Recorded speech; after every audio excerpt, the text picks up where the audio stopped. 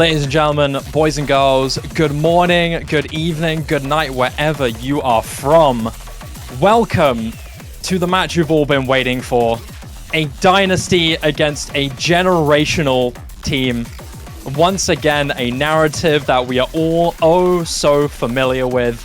Welcome to the OC World Cup Grand Finals between South Korea and the United States. Ladies and gentlemen, I'm Sad Shiba, and I could not be more honored to be casting this match with my two favorite Canadians, Dio and iFlame.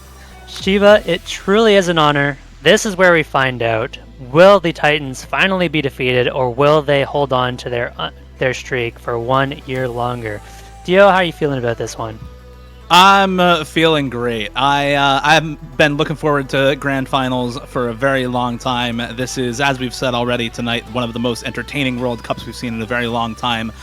Not in small part because the United States has had a rocky road here to the Grand Finals, getting knocked out by Canada early on in quarterfinals and making their way through the losers bracket. But it seems like a flip had switched in the United States after that quarterfinals matchup against Canada. The most points they dropped to any team after the quarterfinals was 3 points against the Philippines in finals, 7-1 against Germany, 6-2 against Poland, 6-1 against Sweden. This is a team that has blazed their way through the losers bracket like no other. And of course, as of last night, 7-1 against Australia in the losers bracket grand finals. The United States, as a scaling roster, seems to be in form once again, despite the roster changes, despite the question marks around the new roster with 5 substitutes from last year for the United States. It seems they are back in form once again against one of their oldest and toughest rivals in South Korea, who have taken them to tiebreaker and won against them last year in the semifinals in 2022 and have been second for 2 of the last 4 years of the US World Cup. We're going to be getting into pick bans shortly. We're going to see the United States ban out No Mod 3, No Mod 5. We're going to be seeing South Korea likely ban out the DT3 and that speed free mod, of course, in that free mod 2. Now, South Korea could ban out the DT2 as well if they are less comfortable on that than the DT3, but it is going to be one of those two maps for their second ban. And let's talk about potential picks here. The United States have looked incredible on the free mod so far, and the crux of that is, of course, Rectagon and Taquito. Rectagon put up a number of top scores in the lobby on the Hard Rock, is so good. Whereas on the side of South Korea, it's largely been worst HR player and Karcher on the mods. And that's a little bit tough for South Korea because on these free mods, a lot of times you want to have your best players on the no mod, let them put up those big scores. And South Korea doesn't really have that option. They need those 2 key players to be on their mods, and so it's going to give them a bit of a harder time, whereas the United States look a little bit more well-rounded on those free mods. We're going to see South Korea, without a doubt, look towards some of those more aim control, alt focus picks, and there come the bans exactly as expected so far. We're going to wait for that free mod ban to come through for South Korea in a moment, and then we will be off to the races with these picks. Yeah, I don't think any of these bans are a surprise to anyone watching right now. No Mod 3, No Mod 5 banned out by the United States. And if you've been watching the tournament at all, if you know anything about the rosters, you know that South Korea is one of, if not the best gimmick teams in the tournament. At this point, I think safe to call them the best gimmick team in the tournament, with players like worst HR player, Flying Tuna, Amamiya Kokoro. Even players like Karcher can really put up some solid scores on maps like True DJ Mag Top Ranker and like this No Mod 5 and Amethyst Aurora. These are maps that really challenge the gimmick overall, and this may come as a surprise to some people, but this is one of the maps that I called out as potentially being a ban for South Korea before this match started. DT2, of course, no surprise whatsoever. South Korea definitely not a speed team. They have mechanics players, yes, but it is not something that they're strong at as a roster. And of course, United States with multiple speed specialists on the roster going to typically outclass them on some of the speed maps. Of course, the free mod 2 also speed, but this no mod 2 is 222 BPM tech streams. It is extremely difficult on both the flow wave and the stamina, and a lot of players, especially on the playtesting team, really limited by their stamina on this no mod 2. So I don't think too surprising to see it banned out. I think really they had two choices between that no mod 2 and the free mod 2 here. South Korea does have the first pick now, and they're going to be looking towards those kind of gimmick picks. You look towards something like the Hidden 2, even potentially something like the No Mod 4. Now, they're going to pick the free mod 3 themselves. That is the other gimmick map in the pool, and about as gimmicky as it gets. This is the one free mod where I do think South Korea is going to have the edge. Worst HR player especially is just so good at these kind of maps. This map was almost built for worst HR player. We're going to see Rectagon undoubtedly in for the Hard Rock, because we did see United States in for this yesterday. South Korea knows what score the US has on this map, and so they're feeling confident that they can beat that score from yesterday, and so it's going to be all on the United States to improve here. Amamiya Kokoro is going to be on the no mod most likely, and I expect we're going to see Karcher in for the Hard Rock shortly. Yeah, I think this is definitely going to be the kind of core three for South Korea in worst HR players, Tuna and Karcher. Karcher may sub out for Allegrisimo if they do have somebody else to take the Hard Rock for this roster, but I think Amamiya Kokoro is definitely staying in for this one of the best gimmick players on the side of South Korea. The last time that we saw South Korea versus the United States, South Korea had a bit of a slow go in getting started. It seemed like they really warmed up and got into the groove during the bracket reset last year. So I'm wondering how ready these teams are for this match. Of course, late night for the United States. On the East Coast, it is 11 p.m. On the West Coast, it is 8 p.m. A little bit more comfortable for a lot of the roster there. And of course, in South Korea, starting at 4 UTC, it is 1 p.m. for this roster. And a lot of players not used to playing OS in the early afternoons. We'll see exactly how ready these two teams are for this grand finals going into the first match. And it does seem like we're actually seeing Tuna sub out for Allegrisimo here on the side of South Korea. Would have expected it to be Karcher, but it's going to be Tuna instead. These are the rosters: Amamiya Kokoro, Karcher, Allegrisimo, worst HR player for South Korea, Takedo, Boshiman, Rectagon, and Fiery Rage for the United States. The first map of the OS World Cup 2023 Grand Finals begins. South Korea versus United States. It is time for the Grand Finals. This is it. The moment you've all been waiting for. It's time to get into map number 1. The match that everyone has been so eager to see begins now. South Korea, United States. You know the drill. You know the history of these two teams. And we are starting off with a pick from South Korea on the free mod 3. This is some demon levels of aim requirement here. You can already see it. Extremely difficult, regardless of what really you're running. Hard Rock particularly going to be really difficult, but looking so far, lots and lots of early drops from many players from each respective team. It seems like South Korea taking an early established advantage from Karcher and Allegrisimo, holding on to some great combo there. But overall, it's very even. But with that drop from Allegrisimo, is going to start slowly closing in for the United States with those built-up combos from Rectagon and Boshiman building up. Boshiman being a core reading and gimmick player for this United States team, really relied to stay comfortable on that no mod. You have to see him perform well on stuff like this. So far, so good though for both teams. Karcher though has gone down. These recoveries from South Korea are a little bit threatening, but Rectagon and Boshiman are keeping the charge ahead. Next HI ramp-up section going past the first half now. Rectagon is still holding on to that big combo with Hard Rock, and it's starting to close away here for South Korea. They can't really get a lead on the table. It's Allegrisimo and Amamiya Kokoro to try and do something here, but as long as these combos still remain great for the United States. Hold on though, that's a big drop there. Double miss from the United States. Rectagon and Boshiman both go down. It's just Takedo holding on to a combo with the hidden. Karcher still holding on to a good combo with the Hard Rock. With that drop from Allegrisimo, it could look really dangerous. Yeah, Amamiya Kokoro also dropping now, and so it's worst HR player in Karcher versus this big combo from Takedo on the hidden.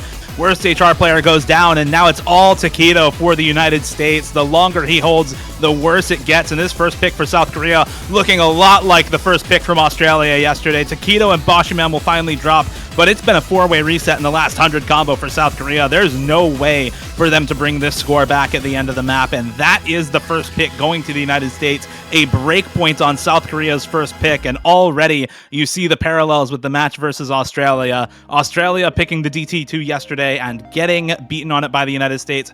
South Korea this time on the anti-mod free mod. 600k Hard Rock for Rectagon, 585k hidden for Takedo, both better than the best score from Forum on the side of South Korea. fantastic start for the United States. And what's key there was that 585 key for Taquito. When they played this map yesterday, they had Vaxei in on the no mod rather than Taquito, which meant Bashi had to take the hidden. And now all of a sudden it's Taquito putting up 585k, securing that point for the United States. And they're going to be up 1-0 on a break point. Now they have the pick, and they have a lot of good options. They have the free mod 3 that's quite speed heavy, and they have the DT3 as well. Those are the two speedy maps in the pool that are very tapping intensive, and those are very likely going to be the next two picks in this match. Now there is a chance we do see the US leave one of those for later on, but we're going to get the DT3 right away. We're going to get the United States tried and true speed roster of Window Life and Woodchi, along with, of course, Rectagon and Vaxei. I don't think this is a very surprising pick at all after the double speed ban coming through for South Korea on the DT2 and Nomad 2, as you said. Of course, the speed roster coming in for the USA and the speed roster coming in for South Korea as well. I think we're pretty likely to see Karcher, Restia, and either Parisia or Amamiya Kokoro in for this. I think one thing that may surprise a few people is Tuna is pretty likely to go in for this. Flying Tuna has been on the speed grind for a very long time, and so I think has been playing a lot of these speed maps for South Korea throughout the tournament. Played DT3 the last time that they played it. I forget if it was either finals or semifinals, but the last time they played Double Time 3, he was in for that as well. So looking a lot better on the higher BPM burst speed is Flying Tuna, and I would not be surprised to see him in for this map. And we did actually see South Korea upset Australia on their very own first speed pick just last weekend with a monstrous speed score. So they could very well do the same thing again, but this is no small feat. This is 285 BPM speed. There are plenty of doubles, plenty of triples, lots of longer bursts, and just a very big stamina test. We are going to see certain players starting to run out of stamina as we get later into the map. We are just waiting on that last player for South Korea, which is likely to be Flying Tuna. Could potentially be Parisia as well, as you mentioned, Dio. And there's Flying Tuna. Has been working on his speed, so we'll have to keep an eye on that combo, and we should be getting into this match shortly. Can South Korea take a point back and keep themselves all tied up for the time being? We'll see if they're able to do it. This is definitely a good spot for the United States to be in with this kind of a speed roster on their side. Rectagon, Taquito, and Window Life in for this map. No Vaxei yet, notably, for the United States. Hasn't been one of these star players for this roster in the later stages. Had a fantastic performance yesterday against Australia, but stepping out for these first two maps and letting some of the other players in to make good on the rosters that were crafted before the tournament. And here we go into this DT3. Already a couple of early misses for South Korea on Restia right at the start of the map. This one, though, doesn't really get started until you start to get into the later parts of the map. There's a lot of triples, a lot of quints, and a lot of aim requirement in this map, mostly on jumps, not the flow aim. This one, really tough there break for both Restia and Karcher on the Buzz Slider in that section. So 2 full combos to 4 now in favor of the United States going into the first PI time. First 9-note burst catching no one off, and Restia, Amamiya Kokoro, and Flying Tuna all dropping in the first KI time. There goes Karcher as well. Kama will drop for the USA, but this is just a slaughter right now in the first KI time. Rectagon finally drops as well, but it's still the full combo for Taquito, and more importantly, a nearly 300,000 score lead, only a third of the way into this map. Very strong early dominance here from the United States. South Korea completely falling apart towards that first PI. This is some intense levels of raw mechanics, both in the speed, the theme control, and the aim. You've got to be really prepared for this and really kind of poised, really. You have to be very, very quick in this, and if you are not a signature mechanics player like the majority of the roster here from the United States, it's going to be really hard for you to come back and overtake from this. The majority of South Korea here completely falling apart. No drops here. Karcher, the last combo standing for South Korea, is gone, whereas on the side of the United States, we may see a double miss from Karma and Rectagon, but the Taquito and Window Life still looking really good. We're getting to the guitar solo section now. This is one of the hardest parts of the map. The streams get really, really big, much longer. Stamina is going to be a big hit here. Window Life hits the entire long stream there. Taquito may drop, but Window Life hits the entire guitar section, completely destroying this, and he's going to excel his lead further and further as long as he doesn't slip up on this final Ki coming through now. A 4-way miss there for South Korea only digs their grave even deeper on a map like this. USA, despite dropping quite a few combos towards the later stage, including that final drop from Window Life, that early stage dominance is far too oppressive for the United States. No opportunity for a breakpoint here for South Korea. USA not only get the breakpoint on the 3-mod-3, but get an absolutely excellent advantage on this double time 3. Granted, as expected for a team of this caliber, but still, fantastic difference in score here. 770,000 score in favor of the United States. Brilliant first start, 2-0. Yeah, I mean, it's nearly double score for the USA on that one. There's not much you can do as South Korea. Maybe we'll see the bans get swapped up and DT3 is banned in the bracket reset if we do get there. But you can see exactly how rough the stamina gets in the back half of that map. Just look at the HP graphs for everyone except Window Life, the only player to hit that long stream section with the consecutive 17 note streams at 285 BPM in that map. It is so rough. That's a consolidated breakpoint for the United States. So South Korea, at some point in this match, is going to have to find themselves a breakpoint, but we're not likely to see that until later on in the match, as the US does have some tapping left in that free mod too. But South Korea does have the pick. They're going to look to get some momentum back. And they do have quite a few good options left in this pool. There is that heavy reading hidden 2. There is that no mod 4, which would be a little risky, but it does seem to be a solid map for South Korea. And there's kind of a sleeper South Korea pick in that DT4. The United States put up a really strong score on it yesterday, but I know South Korea has been grinding that Scarlet Rose. Flying Tuna just yesterday put up the 4th best DT score on the map, and I'm sure they've been grinding plenty more on the score V2. So I do expect we're going to see that later on in this match, and South Korea has a bit of a game to play here. There's certain free mods, even certain DTs. You look at things like the DT4 and the Hard Rock 2 that the United States picked yesterday, right? They played it yesterday. And it's, do you want to pick this yourself early on, thinking that you can win it over the US? Or do you leave it for a little bit, hope the USA picks it into you, and try and get your breakpoint back there? And that's kind of the mental game you have to play. Yeah, and I think especially for a team like South Korea, you know, the USA is going to pick this free mod 2 next. I think there's pretty much no question about that. So you leave up some of those potentially coin flippy maps, like maybe the free mod 4 or maybe the Hard Rock 2, that are a little bit carryable for players on the United States, like Rectagon or Vaxe, for example, and pick into stuff that you know you're probably advantaged on paper based on the team comp, like this Hidden 3, Requiem for the Aura, one of the OS originals this round by Litmus versus Esther. This is a variable BPM, 200 BPM in the first half and 222 BPM in the second half. Stream tech map. Lots of really, really tricky slider aim in the second half as well, whereas the first half, being that lower BPM, focuses more on the tech streams, more on the flow aim with Hidden than in the second half.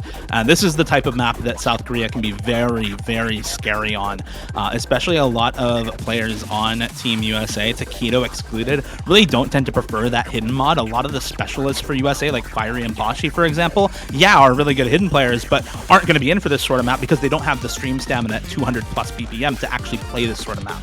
So I think this is a really good pick for South Korea, both based off, you know, it's a tech map, A, it's in Hidden, B, and C, it is a little bit higher BPM, and in particular, those Hidden specialists for the USA outside of Takedo don't really mesh well with this style of map at this BPM. Yeah, Takedo is going to be the one you're looking to for the US. This map is right in his wheelhouse, but you do kind of expect a worst HR player to be able to match Takedo's score. And from there, it comes down to the supporting combos, right? And that's where South Korea really has their advantage, especially with Kokoro, who is fantastic at some of these hidden tech picks. Kokoro is the one who I expect to be that secondary carry for SK. And this map has an absolutely brutal ending. There's some really rough slider tech that could very well catch out quite a few combos, and so the early game combos are going to be very important. And South Korea, they need a point on the board here. They cannot give up another breakpoint, and here we go, Requiem for the Aura. Can they get one back? South Korea, they've got to get a point on the board. USA already converted the first breakpoint in the first point of the match. We did mention it earlier, South Korea are known to take their time at the start of their respective matches. Later on, it starts to get really spicy. That's when South Korea start to wake up, ramp up, and start to really perform. Granted, we are still in that early stage, but this is still an important map. South Korea really don't want to majorly concede multiple breakpoints, especially 2. That gives United States more maps they need to win than not. So this map is still quite important here. If the South Korea lose this, USA instantly go into that free mod 2 and instantly get themselves 4 points on the board, I could imagine. So this is still a very important map. Slow intro section here with still a few hits of those scary bursts and flow sections here and there. This is a frightening flow tech map. Most original, as we mentioned, by Litmus Cesta. Beautiful, beautiful hidden map and perfect for a team like South Korea. Very early intro section here leads to a couple breaks from the United States and 1 from South Korea and Flying Tuna. Karch is going to be the next to drop, even playing field now, 2-2 in the FC department. But these recoveries from the USA are going to give them a small advantage in their favor. We've still got quite a bit to go, and these streams get really, really spaced and really all good on the flow. This is where we're going to start to see more breaks. Traverse from the United States is just going to hold on, but the rest of the combos from Worst HR Play and Amamiya Kokoro are going to give South Korea that lead. It's going to start climbing further and further, going to the next half. Amamiya Kokoro goes down though. That's even grounds that Rexagon now can only contest Worst HR Player, and the recoveries are going to be really valuable there. And down goes Karcher, but traded by Rexagon. Oh, a big threat there. Shut down for the United States. Worst HR Player leading it and keeping it going into the final third of the map. Yeah, this is the kind of performance that we were looking to see from Worst HR Player here. This is the reason why these maps are Korea maps in the pool. He is the reason why this team is feared in 2023. He is the one who has been popping off all tournament long. One of the most improved players from last year, even in spite of the ridiculous performance he had in Grand Finals. And he's looking to replicate it here once again, already holding on to over 1K combo here into the slider aim section in the back half again. This is sped up 222 BPM now in this part, still hitting the space streams. The sole player holding on for Korea right now. Karcher with a little bit of combo to stave off Taquito, and this 125,000 score lead all off the back of Worst HR Player's massive performance. He finally drops the combo, but Karcher is still matching Taquito's combo on the side of South Korea. He goes down. Taquito is still holding, but there's not enough time. He'll slide to break the last stream, and Worst HR Player will secure the point for South Korea. A massive pop-off at the end of the map to keep them even in this match and put them on the board. I cannot say enough how incredible of a score that is from Worst HR Player. 850k on a map like this. Second highest score in the lobby, 500,000, 350,000 points behind.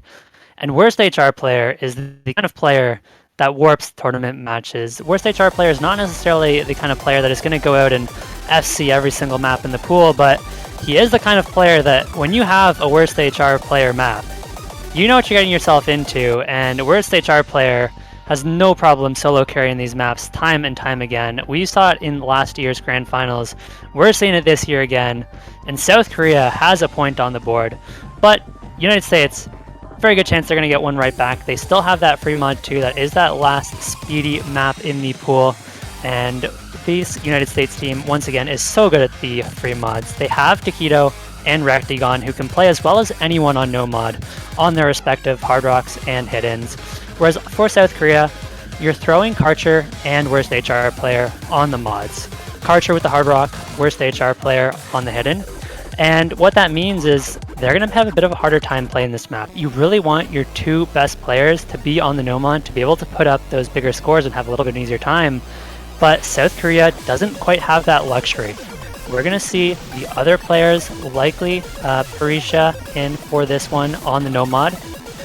And I do think this one is going to be fairly US favored, but after this, the US has much less clear picks. Yeah, this is, of course, the last remaining pure speed map in the pool in free mod 2. 245 BPM burst and stream consistency with a pretty heavy aim requirement. There's a lot of consecutive bursts and streams in this map and a little bit of finger control, but really it comes down to a couple of sections later on that will really test the stamina. Lots and lots of consecutive streams about 2/3 of the way through this map. This is yet another OS original in this pool as well. There are, in fact, 7 of them. Go ahead and check out those songs after this match is over, by the way. Tons of bangers in the OS originals in this pool. Song by Commissar. It's a Kari Beam Cannon Last Boss. And of course, we're expecting the USA to do pretty well on this one in comparison to South Korea.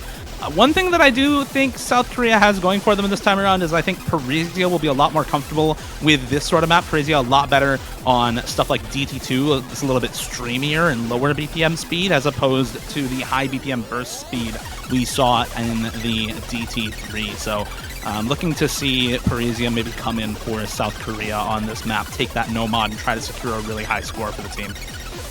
Yep, Kokoro as well has improved massively at speed over the last year, so you cannot underestimate Kokoro on a pick like this. We actually do have Restia in the lobby along with Flying Tuna, and interestingly enough, while South Korea isn't much of a speed team, they have quite a few players that have subbed in for the speed picks. We've seen Parisia, we've seen Restia, we've seen Tuna, and we've even seen Kokoro, depending on the speed pick. And of course, for the US, you've got Taquito Hidden, Recti Hard Rock, and Window Life, which your go-to speed players, looking to put USA on the board once again, get themselves a 2-point lead here on this free mod 2.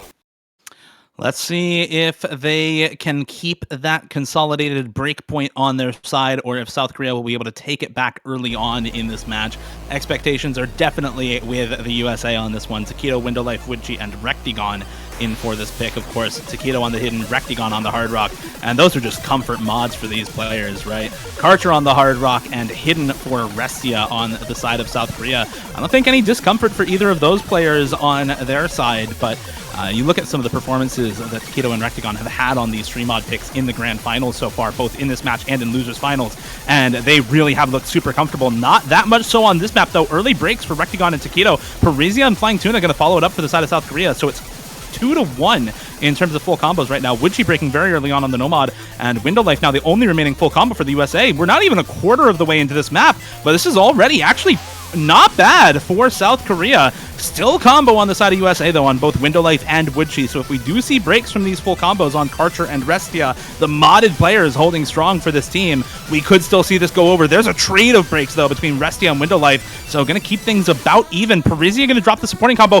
Witchy and Karcher will trade. And now it's Flying Tuna versus Taquito and Rectigon holding on for the United States. There goes Tuna. There goes Taquito. It's all Rectigon now with the only combo in the lobby about a third of the way through.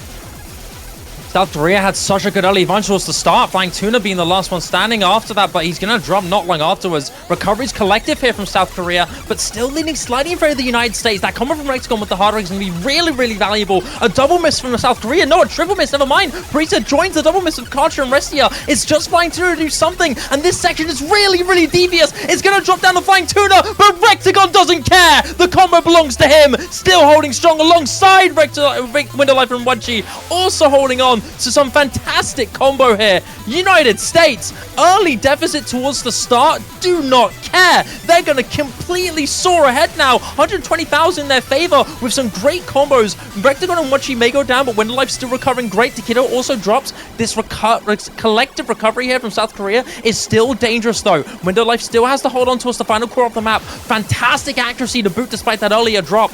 He's looking really good to try and close out the United States, but South Korea are starting to trail. Parisia does go down, but those three combos from South Korea are still dangerous, especially from Restia, aka Zyson, with not only the best recovery combo, with that hidden bonus and that great accuracy to boot. This final section can get really, really devious. This is where the stamina is going to start really hitting a peak. This is where we could see a drastic fall apart here from anybody. A double miss from South Korea, a drop from Window Life, but the recoveries from USA are going to still keep them anchored with this lead by about 170,000 and starting to climb. Taquito goes down, but not the one you're looking for. South Korea, especially with Restia, despite holding on, will not get the win that they were hoping for. USA keep protocol safe for them and get 3rd point on the board. A far closer point, though, than on the DT3. That DT3 by almost double team score. This time around, by less than 150,000 score. That ending, if it had gone on a bit longer, was going to start to look very scary for USA, as South Korea combo advantage near the end, just not long enough for them to take it back. And so this is now, I think, a pretty good case for maybe a change in the ban strategy for South Korea going into a potential bracket reset. That DT2 looking all the more appetizing for a roster that seems to thrive more on these longer stream stamina-focused speed maps like this Fremont 2. Even going into this match, I really would have liked to see the DT3 ban. It is that much faster pick that South Korea really struggles with. We see on these speed picks that are slightly lower BPM but still quite speedy, they can compete. And all it takes is 1 or 2 unlucky misses from the US, 1 or 2 uncharacteristic drops, and South Korea could have easily taken that one over. They do have the pick now. They're going to look to bring this one back, and they still have quite a few picks left in this pool. The USA now is out of heavy tapping picks, so that's going to give South Korea some confidence going into the rest of the map, and they're going to look for some breakpoints over the next few maps for sure. But what are we thinking for South Korea picks here? I do think both of those hiddens as well as the DT4 are potential picks for them.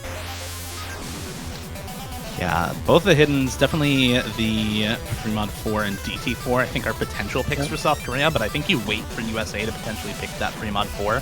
One map we haven't talked about too much is the Hard Rock 3. Maybe we'll see that later on, but for now it's going to be the Hidden 2 for South Korea. Replica by Isekai Jocho, mapped by Raihodo here for the World Cup Grand Finals this year. This is the low approach rate hidden reading map. It is 120 BPM alt AR8 hidden reading. This map has lots of overlapping jumps rather than perfect stacks, and that adds a form of difficulty in and of itself. It's not quite as memorization focused as some other low approach rate reading maps can be with those perfect stacks, but these overlaps are still extremely difficult to read. I mean, just imagine you're playing this map on a normal approach rate. It's still a 6.5 star alt map. You make an AR8 and put hidden on, and it is a real challenge even at the highest level. Yeah, the last third of this map is absolutely brutal with some really snappy ult patterns, and this is not your typical aim reading pick. As Dio mentioned, this one is quite alt heavy, which is kind of in South Korea's go-to skill set, and especially with players like Kokoro and Worst HR, those are going to be the two players that are looking to carry this one. On the side of US, we're going to see Fiery in the lobby for the first time this match, and without a doubt, it's going to be looking towards Takedo as the big carry. Is their go-to hidden player for all of the free mods, all the hiddens, as well as Bashi, who is really just here for these kind of more specialist maps, is so good at the low AR hidden, is so good at the high CS precision, so is generally here for the Hard Rock 2s, the hidden 2s. It's such an interesting skill set. You know, most players are really good at hidden, including low AR. A lot of players are really good at Hard Rock, including precision. Bashi is just fantastic at everything that is slightly unusual. High CR, high CS, low AR, he can do it all. And the same kind of goes for the man next to him, Fire Rage, the person with the most OWC championships under his belt, is coming in as well for the USA on this pick. Very, very good low approach rate reader, very good alt player, and very good precision player, looking to step in for the United States and potentially take a breakpoint against South Korea on their third pick. Can they convert, or do we see yet another breakpoint for the United States on this map? South Korea have a really daunting roster for this one. Amamiya Kokoro, Ressia Flying Tuna, and Worst HR player. Keep an eye out for Worst HR player and Amamiya Kokoro especially. Flying Tuna has also made a significant improvement throughout the years on his reading prowess, so I'm looking forward to seeing what the South Korean roster overall can do. Early drops there from Vaxei and Rexagon alongside Restia. These players from the United States still are very scary, especially Boshiman and Fire Rage, who are the staple reading players for this nation. So you're gonna still have a little bit of a run for your money if you're South Korea. You can't be complacent with this. Racy is still gonna be dropping multiple times there. Not really what you're hoping for, but still, these three major combos from South Korea still look good past this intro section. This little Ki section here isn't too devious, but as we start ramping this up, where the control gets a little bit more amplified here, we're going to be seeing more drops. Triple miss to the United States. Vaxei, the biggest combo left, 230 combo in his favor. Ressia once again going down, seemingly not his map, struggling a little bit, going into this little slidery section. Not going to be lasting too long, but still quite impactful. You got to pay attention to those sliders. And Vaxei being that biggest combo left is going to drop. That collective recovery from the United States totaling up to about 500 or so, whereas a double miss there from South Korea is going to start making things much more exciting. West HR player still holding on, being the last main combo here for South Korea. Ressia once again going down, and these combos for the United States are starting to get collectively threatening. A double miss once again from South Korea, but not the one you're looking for in West HR player. Vaxei goes down as well. Takedo, last man standing. That threat from the USA remains suppressed just for now. Yeah, this looked a little bit dicey for South Korea going into the second half here, but the fact that they found that triple miss, Takedo now the only combo left standing for them, really helped keep this at bay. Amamiya, Kokoro, and Restia go down. Boshi and Fiery will trade it as well. Worst Stage Art Player and Taquito will trade now as well. It's Flying Tuna and Vaxe with the only combos. Vaxe will go down. It's Flying Tuna now, the only combo in the lobby. Worst Stage Art Player dropping there is pretty much worst case scenario for South Korea, but they have the 150k score lead buffer. They have the combo advantage on Flying Tuna as well, and these sections only get more and more difficult as the map goes on. Restia really struggling with this pick, but luckily Fire Age and Boshi not able to put together huge combos for the United States. Taquito and Vaxe not able to put on the carry pants we've seen them have so many times throughout the World Cup, and it's worst HR player and Flying Tuna. Amamiya Kokoro actually as well, above 300k, the only other player in the lobby aside from worst HR player to meet that metric. And going into the last quarter of the map now, this is just all South Korea. This looks so good for the team. Boshiman has a little bit of combo here, but is more than matched by worst HR player. And there goes Boshi. There goes any chance of the USA taking this pick. It's going to be worst HR player carrying yet another map for South Korea, but not without help this time. Amamiya Kokoro and Flying Tuna, both above 300k, both better than any of the scores on the side of the United States. This is just team dominance from South Korea on this map. And if you thought that pattern was hard, wait until after this break, because this map slaps you with the hardest pattern and then says, wait, never mind, let me go again.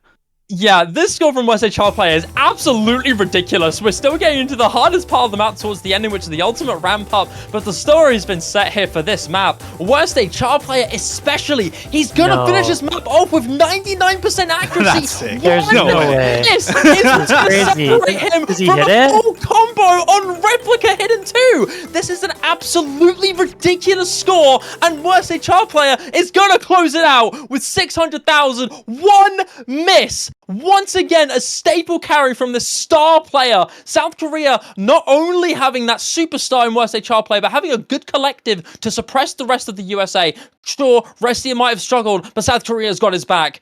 2 points for South Korea, only one separating them now. I am at a loss for words. I genuinely did not think a single person would even come close to hitting that ending. Worst HR player cannot be stopped, and already South Korea is off to a better start than last year, where they did lose the first match 7-1. Now it's 3-2, and we have a match on our hands. United States, they have the next pick, but this time around they don't have that super free tapping pick that they can turn to. They're going to have to expand their picks here, and they're going to have to look for a new skill set to beat South Korea on. They do have quite a few options left. There's that Nomad 4 that was their first pick yesterday, but that's a fairly slider aim heavy tech pick. South Korea has been really good on tech throughout the tournament, so that one is a bit sketchy. I do think the Hard Rock 2 is pretty solid for the United States at some point in this match. You have Rectigon, who is so good at it, along with Boshi. Whereas for South Korea, they really rely on Karcher for those precision Hard Rocks, and Karcher has been playing well, but has not been able to match Rectigon, who is arguably the best Hard Rock player in the world right now. And so I think that's probably the next pick, but it's certainly not their only option, right? They could look towards the DT1. They're going to pick the DT4. This one is a bit of a surprise to me. I think if the United States had left this one open, South Korea likely would have picked it later on in this match. So I'm not a huge fan of this pick, but the United States have put up strong scores on it. There have been quite a few scores on this map. Flying Tuna has the current fourth best DT score on the map. But funny enough, Vaxe has a 1.1k combo on this map that was set 4 years ago. And it's just crazy how far Osu has come, that we're now playing this in Grand Finals, and I don't think anyone has gotten better than a 1.1k in match. And Vaxe, he did this 4 years ago. Not a problem.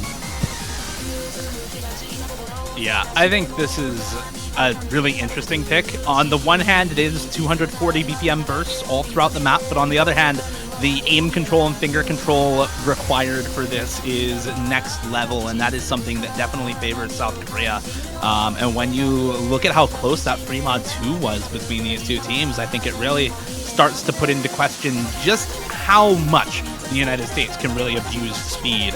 versus this South Korea team. As you said, a lot of grinding on this map going on for South Korea, a lot of very old scores and history on this map for the United States, as well as having won it yesterday versus Australia. They did win this pick by over 300k versus Australia. The pop-off score from Rectagon at nearly 600k, making up a lot of that score difference. So going to be looking to him to put up a fantastic score yet again here in the Grand Finals proper.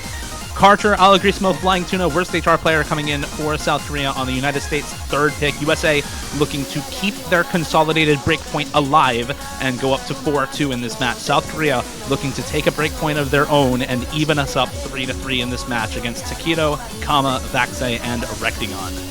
And a shout out to Malashevsky, who got the first ever Double Time FC for the pool showcase. We should be getting into the map as Boncho loads everyone in. Here we go, Scarlet Rose.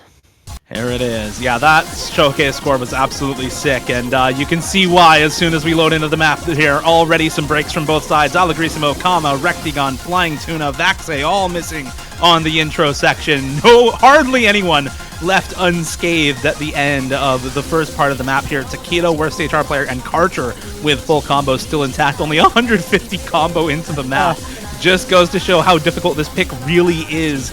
The, again, spacing on every burst in this map is just ridiculous. This is all at 240 BPM with high AR, but it seems like South Korea a little bit more comfortable going into the first KI time. We do see worst HR player Flying Tuna drop. Karcher going to drop as well. Takedo will drop the only remaining full combo for the United States. Rectagon as well to find the miss, but it's a four-way reset for Korea, and Vaxei and Kama are holding on for the United States. The comfort in the intro betraying them in the first KI time as Vaxei continues to hold. Kama may have missed, Takedo may have missed, Rectagon may have missed, but one of the greatest of all time coming back for the United States, showing off once again what he's capable of in the OS World Cup, holding on to combo through this slower quote-unquote section in the middle of the map, and going into the last third here, this is just looking dominant from Vaxei, but there are good recoveries on Alagrisimo, Karcher, and Flying Tuna. Vaxei finally goes down after that really oppressive combo. He is going to drop, and that remains the biggest threat for South Korea now gone. You've got no recovery tip for the United States to build back, and South Korea have 2 sets of 400 combos. Now 1 in Karcher with 500 and climbing. Final KI stages come through now. This is the part where it gets the most difficult. Karcher's got to hold on for the remainder of this because Takedo and Kama are trailing. Karcher goes down. Flying Tuna now left standing. So many drops here, but Rectagon and Vaxei are still holding. This 20,000 could still close in. USA are going to take the lead. And this is going to be it for sure. Vaxei may go down, but Rectagon still stands. It seemed like South Korea had it for its late stages, but that hardest section led to the most tremendous drops. And when Rectagon was needed most, he came in clutch. United States take the second breakpoint against South Korea. It was so nearly the break point that South Korea needed, but they just could not keep it together into the ending. And Vaxei, he did it 4 years ago. And now he does it again, getting the top score for this USA team. I don't think quite matching the score from yesterday, but that is just a solid team performance from the US, and it was a very risky pick, nearly losing it, but it certainly paid off, and they're going to be up 4-2. South Korea has the next pick, and they cannot lose another one of their own picks. They need a breakpoint from the US, and they need to win mostly all of their own picks. Losing one of your own picks now would be a disaster. Luckily, I think they've still got quite a lot of good picks left in this pool. You can look at stuff like the Hidden One, stuff like the Nomad 4 for South Korea, even stuff like the Hard Rock 2, honestly, not a bad pick for them here. I do think they're probably going to stay away from maps like the Fremod 1 and Fremod 4, leave those up to the USA to pick. We're looking at 3 more picks for each of these teams at the maximum. And of course, haven't even mentioned yet the Hard Rock 3, maybe the most worst HR player map in the pool in Burning Star. Again, one of the OS originals and by far the hardest map in this pool. That one is just absolutely demon. And I think if we see it picked, there it is. It is going to be that Hard Rock 3. This is perhaps the single most solo carryable map in the entire map pool. The skill floor for this map is so ridiculously high, and being able to combo significant parts of this is way, way harder than basically any other map in the pool. But if there's anybody who's going to pull that off, it's going to be worst HR player. Yep, no pressure, but if there was any map for worst HR player, this would be it. This is Hard Rock. This is full of aim control, full of finger control tech. There are some linear patterns. There are some really tough wiggle patterns. There aim control into the ending just gets harder. The concern to me for South Korea is, yes, this is the worst HR player map, and you do have Karcher as well, who's absurdly good at the Hard Rock. But for the US, you have got players like Kama, players like Rectigon, who are some of the best Hard Rock players in the game. And those are two players you cannot count out on a map like this. I do think Kama may have a little bit of a tougher time, but Kama is a fantastic alt aim control player as well. USA has a very strong roster for this, and so there really is going to be a lot of pressure on both worst HR player and Karcher to carry, but you know players like Kama, like Fire Rage, are going to be able to put up solid supporting combos, and so that means both Kokoro and Allegrissimo are going to need to put up solid combos as well. Yes, worst HR player can solo carry, but you need the supporting combos as well on a map like this. We'll see how big those supporting combos can get for South Korea, of course.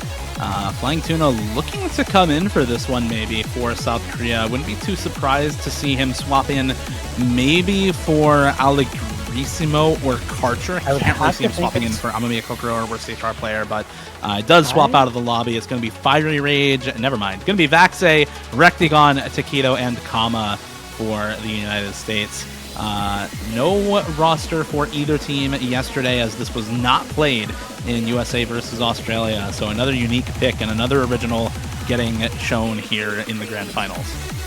May the star burn bright for South Korea and for worst HR player, as the good luck have funs are in the chat. Good luck have funs have exchanged. We're starting to get into our map now. This is known by many to be the single hardest map in the pool. You've still got quite a lot of really toughies in the World Cup, so when you know this is regarded as the hardest one, when Scarlet Rose DT and of course Vanitas, our tiebreaker, is around, that's how you know this one's a serious deal. Some ridiculous levels of aim control requirement in this, and with the way the map is done, it's very reminiscent of Gengar Ozo, which is a map that's also very, very famous for its relative style and difficulty. This is one of those maps where not only do you have to be incredibly precise and very strong in your control, but you have to have some insane stamina to hit these patterns for a very long time. 2 minutes and 46 seconds for a regular map with some short breaks here and there might not be too long, but this does not let go ever. Does not hold back, does not give you nearly any room to breathe. I believe there's only a tiny slowdown section outside of that.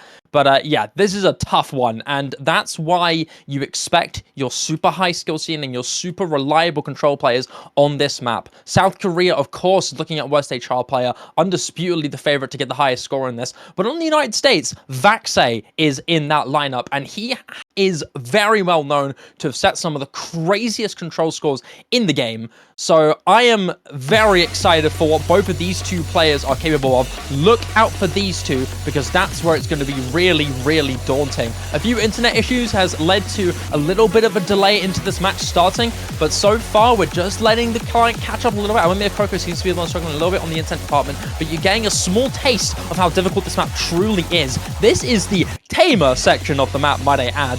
Panic button being pressed, but just doing a little bit of a reset, make sure all the clients are in sync. I'm not entirely sure if Amamiya Kokoro is fully in the lobby or not. That might be a disconnect. Now that disconnect was... there we go. Oh, no, client catch okay. up.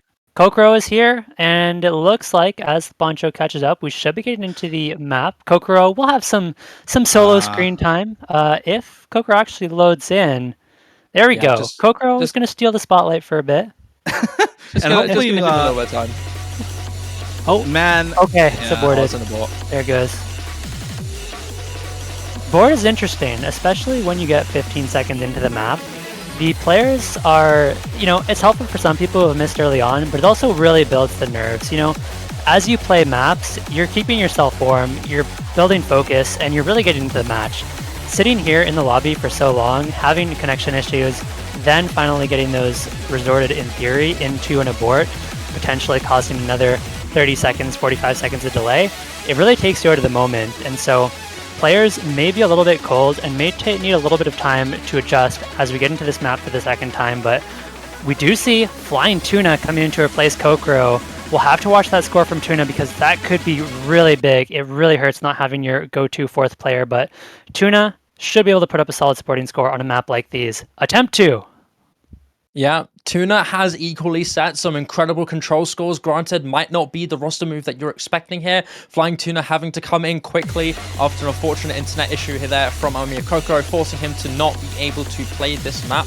But regardless, I think he's capable of setting some really, really good scores on this one. So still a very exciting matchup to see, even if your main fourth player is not going to be on. We already gave a good briefing on this map and how difficult this is, and we saw some massive breaks from multiple players towards the start. With that abort coming through, we're getting into it, and already some early drops from both Allegrisimo and Karma, respectively. Karcher's going to be joining them. Another double miss. Flying Tuna and Vax, they go down. Was a child player facing up two full combos here from Rectagon, and Taquito no longer. Just Rectagon and Wesley Child player hitting through that entire intro. 1,438 score, separating South Korea from the United States. Alright, we'll see how well this map goes for South Korea now. One full combo to one. These stream sections really, really tricky.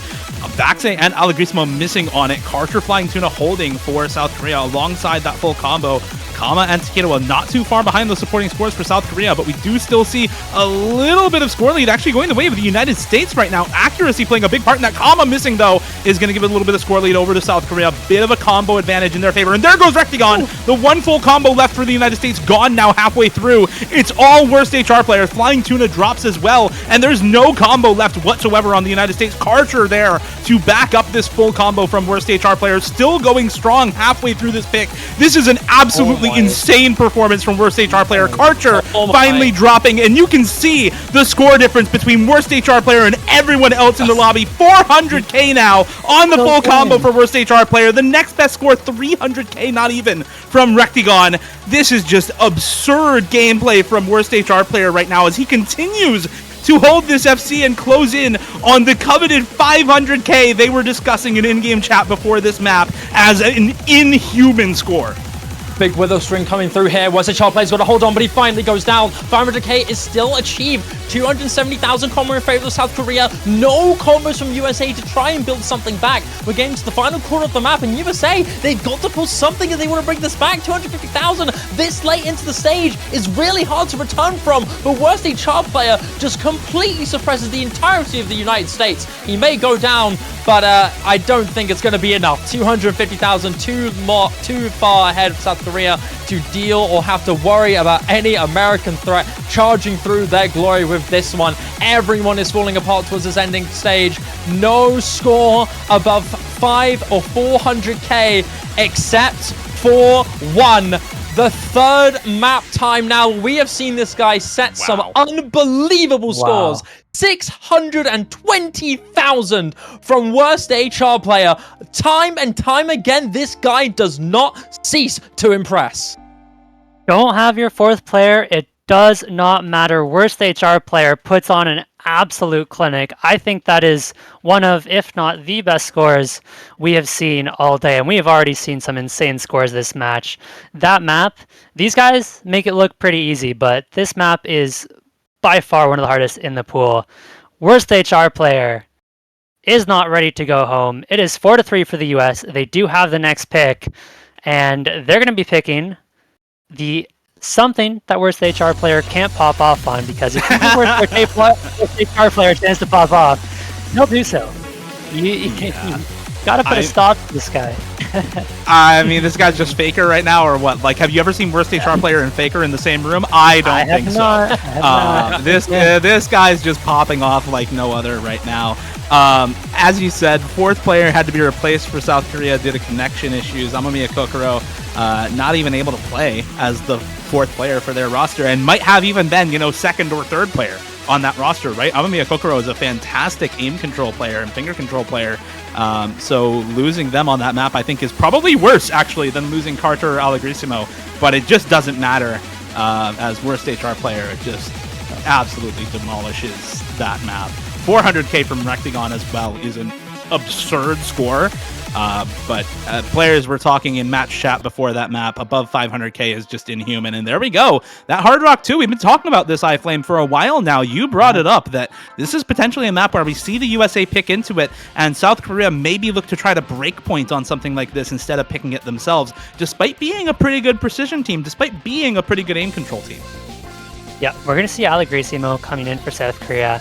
And I think this is an incredibly smart pick for the United States. Yes, there is that fear Karcher could always pop off and just solo carry this precision pick, but at best, you know you have Rectigon who can match Karcher, right? Those two are some of the best Hard Rock players in the game, if not just the two best. And along with Worst HR, it is a little bit scary, but I think it's quite telling for South Korea. They have not picked the Nomad 4, and they haven't picked the Hard Rock 2. Those are two maps that the United States played yesterday. So South Korea knows those scores. And so if you're the United States, you're thinking, okay, they know exactly what we've gotten on these maps. If they really thought they could beat us, they would have picked it already. Instead, they've gone for two maps, the Hidden 3 and the Hard Rock 3, that were not played, which is a little bit of a gamble compared to knowing exactly what the other team can get. And so the USA can be confident that at the very least, South Korea is even on paper. At the very best, you're just hard winning this one. We do see Vaxei, Bashi, and Kama, along with Rectigon in the lobby. Of course, Rectigon and Vaxei in for pretty much everything. Bashi, as we mentioned, that precision specialist, and Kama, so good at Hard Rock. Looked fantastic on the precision, and it is going to be Kokoro, that last player for South Korea. Hopefully, no connection issues this time around.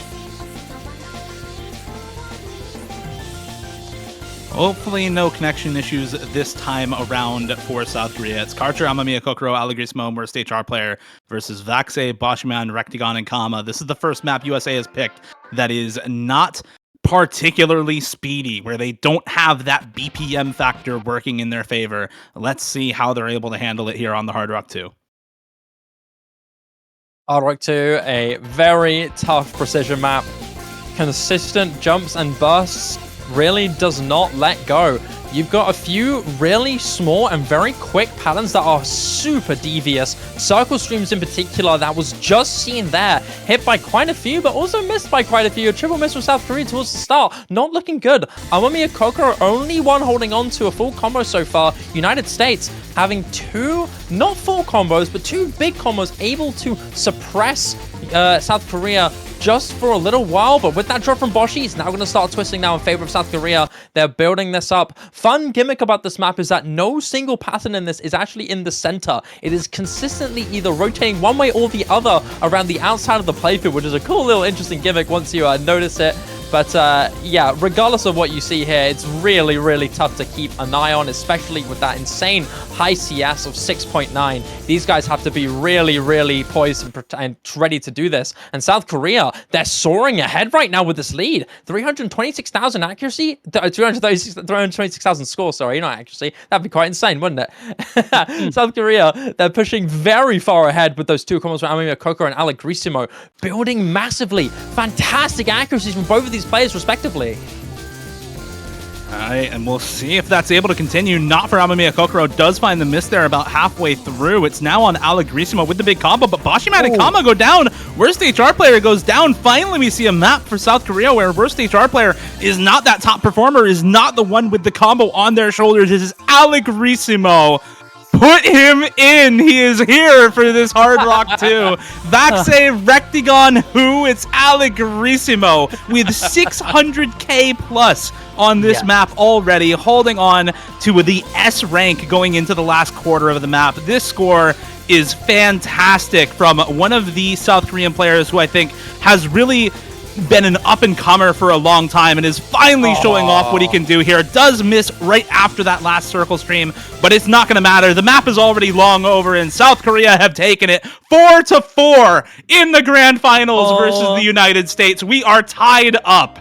Oh my lord. They have gotten the break point that they needed. This is not the South Korea USA of last year. Either one of these teams could take it. South Korea needs 3 more points to become the world champion. If the United States win this first match, of course, we will have a bracket reset right afterwards, but this one could go either way. And this time around, it's not the star players, it is Allegrissimo stepping up. And this is what is so important in these late stage matches. Worst HR player is there to put up these big carry scores on the maps that you pick, but you need those supporting players that can pop off every once in a while as well. And Honestly, United States might have gotten a little bit baited into that pick. I know I did. With that kind of a score advantage, South Korea put up 2.2 million. I think it was 2.4 million by the end of the map. 400,000 points better than United States' score from yesterday, and 700,000 better than their score from today. You have to think that South Korea overperformed and United States underperformed, but you have to overperform on these picks to get the break points. That's how they go, and now it is United States. It is South Korea looking to put themselves in the lead for the first time in this match after giving up that very early break point. They still have some options. There's the free mod 1 coming out, Necro Fantasia.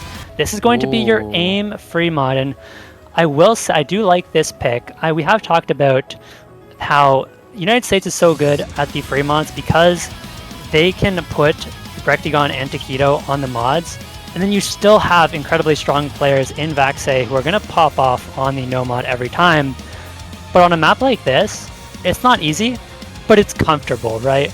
This is your very generic free mod 1. You've got some very basic aim that is fairly comfortable, not too awkward, and some fairly basic streams, right? It's almost like what you'd imagine your standard no mod 1 to be in the free mod category. So yes, you have worst HR player on the hidden, Karcher on the hard rock, which will make things a little bit more difficult for South Korea. But this is the kind of thing that they could put up big scores on, even with the mods, because of how comfortable it is. And it was played yesterday. They know what the USA can do on this map.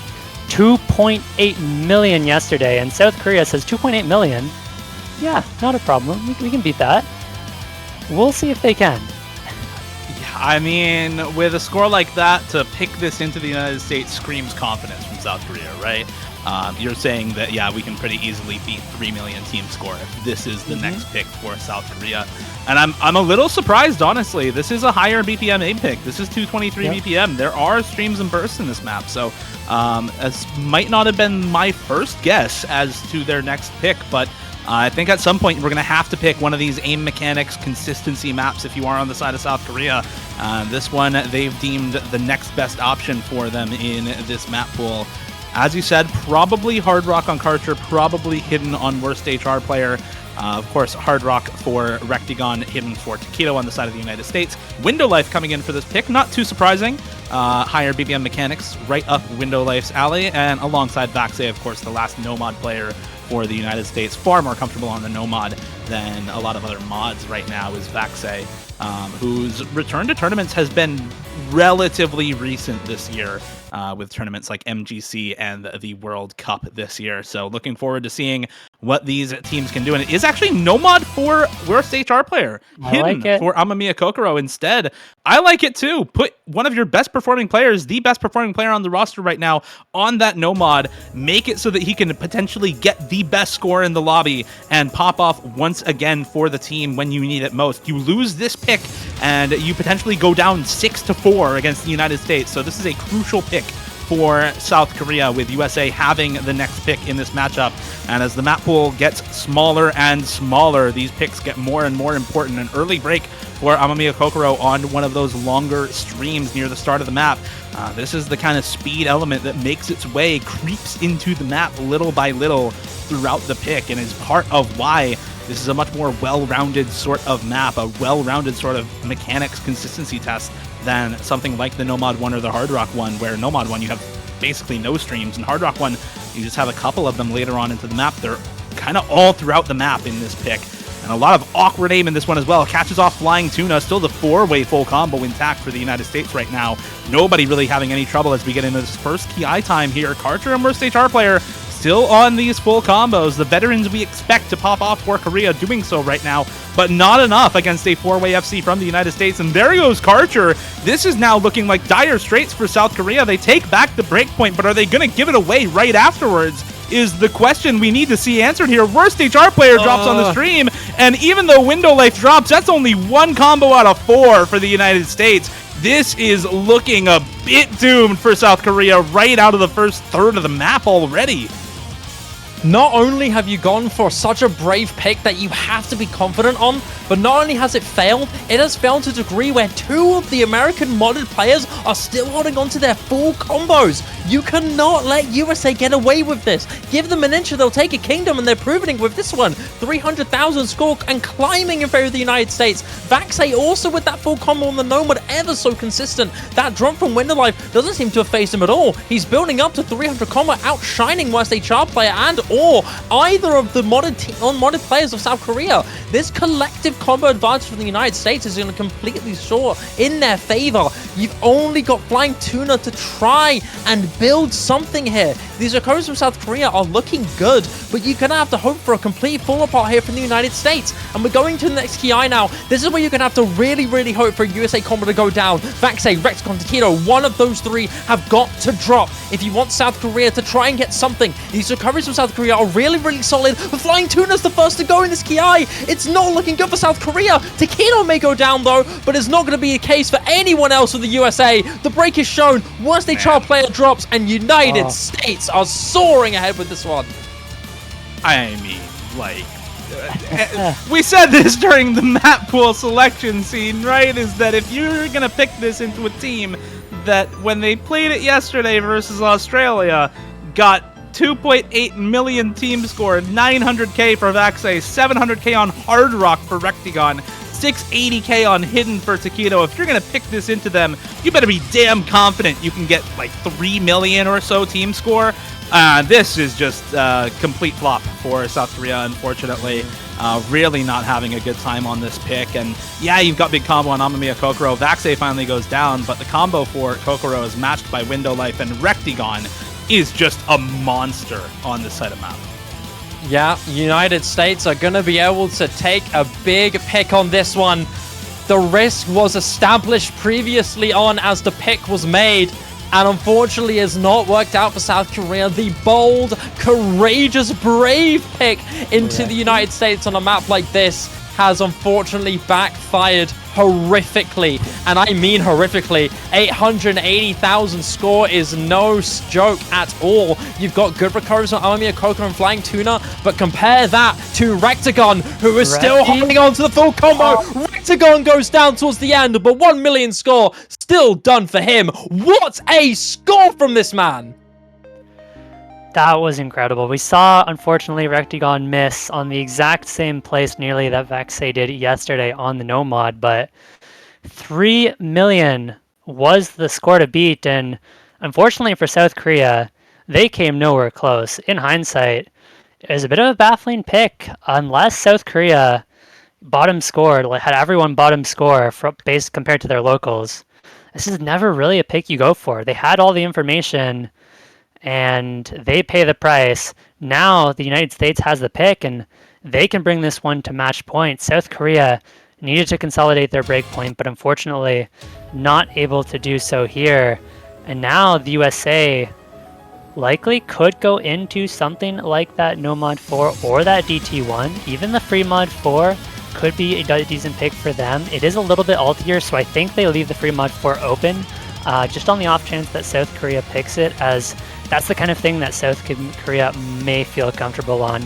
I think it is much more likely we see either the Hard Rock 1 or potentially the No Mod 4 that was the first pick for the US yesterday. Even the DT1, great pick for them. Now, I'm thinking what you're thinking with the Hard Rock 1, you know, speedy consistency map, 240 BPM, very similar to what we just saw in the Free Mod 1, although much less awkward in how the aim is handled. However, have you considered that all 5 of the maps USA has won are DT3 through Free Mod 3? All 5 of them in a row are the exact wins for them. So maybe they go Free Mod 4, but no, it's gonna be the Hard Rock 1 instead. And I think, as you said, this pick makes a lot of sense. It's another consistency-focused aim map, 240 BPM, so a little even higher BPM than what we just saw in the Free Mod 1. Much less awkward in how the aim is handled, but a couple of longer streams, about 2/3 of the way into this map. This is 240 BPM Hard Rock aim consistency with some 13 and 17 note 240 BPM streams, about 2/3 of the way through. And at that point in time in the map, if you miss and chain miss on that sort of pattern, you're possible score can go, if you're holding an FC, from 1 million down to 600K or so. And that is a huge drop in potential score. So if you are the team that's better favored on mechanics overall, both in the aim and in the speed, or just in one or the other, you're really going to thrive on a pick like this that tests both almost in different sections, with aim through the majority of the map and streams just really nailed down in that one section 2/3 of the way through. For the USA, I expect we are going to be seeing pretty much the same lineup as we did yesterday. Recti, Vaxe, Taquito, and of course Kama. That's a terrifying Hard Rock lineup. Rectigon and Kama being the 2-star players with Vaxe to follow up. Even Taquito, who, as well known as he is for being one of the best hidden players, especially over the last year, has grown incredibly strong on the Hard Rock. We do see both Kokoro and Elagrissimo in. Let's think back to that Hard Rock too. It wasn't worst HR player, it wasn't Karcher, it was Elagrissimo popping off the Hard Rock. So if they can do it again, South Korea could potentially get that breakpoint back, but everybody needs to hold on through that solo, through that streamier section. You have to be consistent with your aim. This is a little bit of a longer map at 3 minutes and 8 seconds, so it will be a real test of consistency. We're going to see some bigger combos throughout this one, and it is going to come down to most likely 2 or 3, maybe probably 1 or 2 big combos on each team towards the end of this map. Here we go. South Korea desperately needs to take this one back. You cannot afford to put the United States on match point. That last pick from South Korea backfired massively, but this is their chance to try and even out the playing field once again, convert it once again. They've pulled miraculous breakpoints before in that Hard Rock 2. They can do it again. Elagrissimo performed exceptionally on that Hard Rock 2 last time. It's his time to shine once again for South Korea. He's got to try and do this alongside Karcher, who is known to be one of the best Hard Rock aim consistency players in the game. Fantastic at this kind of skill set. So South Korea definitely on paper have a great team for this. Very high potential of getting the upside that you need. But on the side of the United States, what a daunting team this is. Of course, you have to look at Rectagon for this one. Really, really threatening for him. But on the side of the United States so far, a double miss from both Vaxe and Karma is going to give them a bit of a disadvantage, but it is traded very quickly by Army Kokoro and West HR player. 2-2 in the full combo department. Karcher, Elagrissimo, Rectagon, Taquito, all holding on to the full combos, especially Elagrissimo and Taquito holding on to their full combos. Not only that, an SS on top of that. It may get shut down later on, but these 2 full combos still remain stable going past this first quarter of the map. That's a little bit of a combo advantage for the United States on those supporting combos for Vaxe and Kama, and the accuracy actually very, very good for both of these teams. There goes Kama though. So a little bit of that combo back towards South Korea at the moment. We're just all eyes on the top row right now, though. Worst HR player in Vaxe will drop as well. It's Amamiya Kokoro with the only supporting combo. That's traded back as well. And honestly, all these trades don't matter in the face of a trade from Taquito. There goes one of the full combos for the United States. Those are the drops that you really look for to decide a map like this when it is close, when the supporting players keep trading those combos away. It's the FCs that matter most. And one of them down for the United States now as Karcher and Elagrissimo continue to hold their full combos. Going into the second half, here is the stream section. Can they continue to hold? Rectagon is the one who drops instead. This is not what we expected going into the map. We thought the stream section might be bad for South Korea, but it's the United States who falter when it matters most. 2/3 of the way in, and South Korea now 2 full combos intact. Nothing standing in the way of yet another breakpoint in this match, and Korea looking to try and tie us up on their next pick. Elagrissimo and Karcher still holding on past this last quarter of the map. Last third of the map even. Once a child player recovery goes down, but that's not anything that matters here. These 2 full combos with Elagrissimo and Karcher are absolutely unreal. We expected Rectagon to hit that stream section with perfection. He's known to be not only great at hard rock game, but tapping mechanics on top of that. Perfect for this kind of map. He's going to be the one to go down though. And despite Elagrissimo dropping, Karcher, the ever so reliable hard rock consistency machine, is going to completely shred this for South Korea. He's going to hit that big section there, and it all comes down to this ending for Karcher, whether he can end this off in style. 400,000 score, way too far ahead for the USA to bring back. South Korea will bounce another breakpoint after a tremendous loss on the previous 3mod1. They don't care. Hard Rock Wrong belongs to them. And Karcher, as long as he hits his last jumps, will secure the FC for South Korea. What is Karcher doing? This is reminiscent of almost a year ago now when Karcher was putting up some of the most insane Hard Rock scores, absolutely taking the tournament scene by storm. And Karcher does it again, along with, guess who? Of course, it's Allegrissimo, who has just been so incredible on these Hard Rocks. And these teams continue to trade breakpoints now. That is 3 in a row. South Korea, United States. These two teams know how to put on a show. Now it's South Korea with the pick. Whoever wins this next map will be on breakpoint. South Korea could potentially be 1 map away from winning the OSU World Championship for their 4th time in their history, but they need to make the right pick. It all comes down to this. Each team has 1 pick left before we see a tiebreaker, assuming they can each win their own pick. So both of these teams are going to be considering the picks very, very carefully. I would not be surprised to see a couple of timeouts used. This is the time to use them. You got to settle down your nerves. You have to consider your picks carefully. And this is where the nerves could come into play. South Korea has a largely very experienced roster. USA does as well, but they have a couple rookies in Window Life and Woodshi, and the nerves are going to be off the charts right now. It doesn't get any more intense than this. There's the timeout. Okay. We have some time, Dio, to talk about this pick. What are we thinking here? Yeah, and I wanted to talk about this a little bit, but before we get there, thumb injury be damned. My boy can aim some circles. Karcher, oh, yes. Despite the thumb injury, full comboing that is actually ridiculous. Unfortunately, aim a bit underweighted right now. 681 PP is Karcher's score on that map exactly. Still a ridiculous score. And one more thing before we get into talking about the potential next pick for South Korea is I want to really shout out some of the other members of this team, as during the first half of this match, it seems like it really was the worst HR player show. Every map he was in for, he was top scoring for the South Korea roster. Their last several points in a row, he has been the bottom scorer for the roster, and it has been the rest of the team. Allegrissimo, Karcher, Amamiya Kokoro, Flying Tuna as well, putting up the scores needed to send them over that finish line and tie them up 5-5 in this match. Last pick incoming for both teams. And for South Korea, I'm looking at 2 maps. I'm looking at Nomad 4 and Hidden 1. They are 2 for 2 on the Hiddens right now, so that Hidden 1 has to be tempting. But the Nomad 4 as well, this is potentially the best tech team in the tournament. Citation needed on that one, but we've already seen them win the Hidden 3, so I would not be at all surprised to see them pick into that Nomad 4, especially with the double Nomad ban on that Nomad 3, Nomad 5 as well. Yep. Between the two, I do agree. It is between those two for sure. I personally prefer the Hidden 1 if I had to go with one of them. The United States picked the Nomad 4 first pick yesterday. They got 2 million score on it. And I think if South Korea felt confident that they could beat that 2 million score, they would have picked it already. We have seen breakpoints, so it's not necessarily a requirement. It doesn't mean by any means that they are they can't beat the 2 million score. But I'm not sure they're very confident on the pick. The HD1, I think, feels a little bit better for them, but they're going to go for the Nomad 4.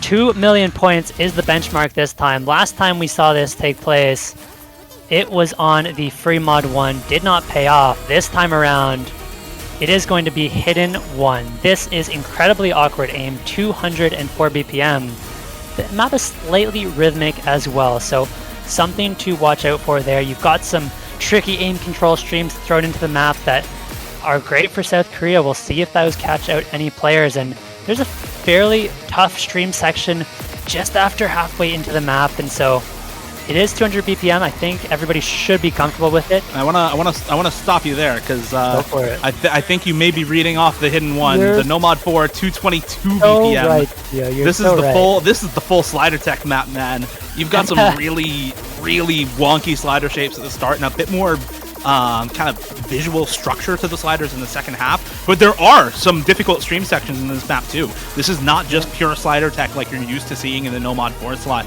There is that higher BPM burst mechanics test going on in this map, especially about halfway through. Kind of coincidentally with the Hidden 1, it's honestly really similarly structured, but the streams in this are far shorter at that higher BPM, so we'll see if that is potentially beneficial for South Korea going into this type of map. zoned in on the Hard Rock one a little bit. We've got some players all over the place in this lobby. We're going to see Vaxei switch over. We've got the rosters in mostly for both teams. We're waiting on one from South Korea. I think that's very likely to be... Oh, it could be Allegrissimo.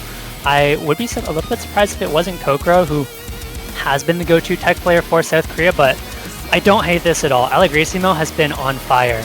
And looking back to this last one, it was largely Vaxei carrying the USA's team score, 730,000.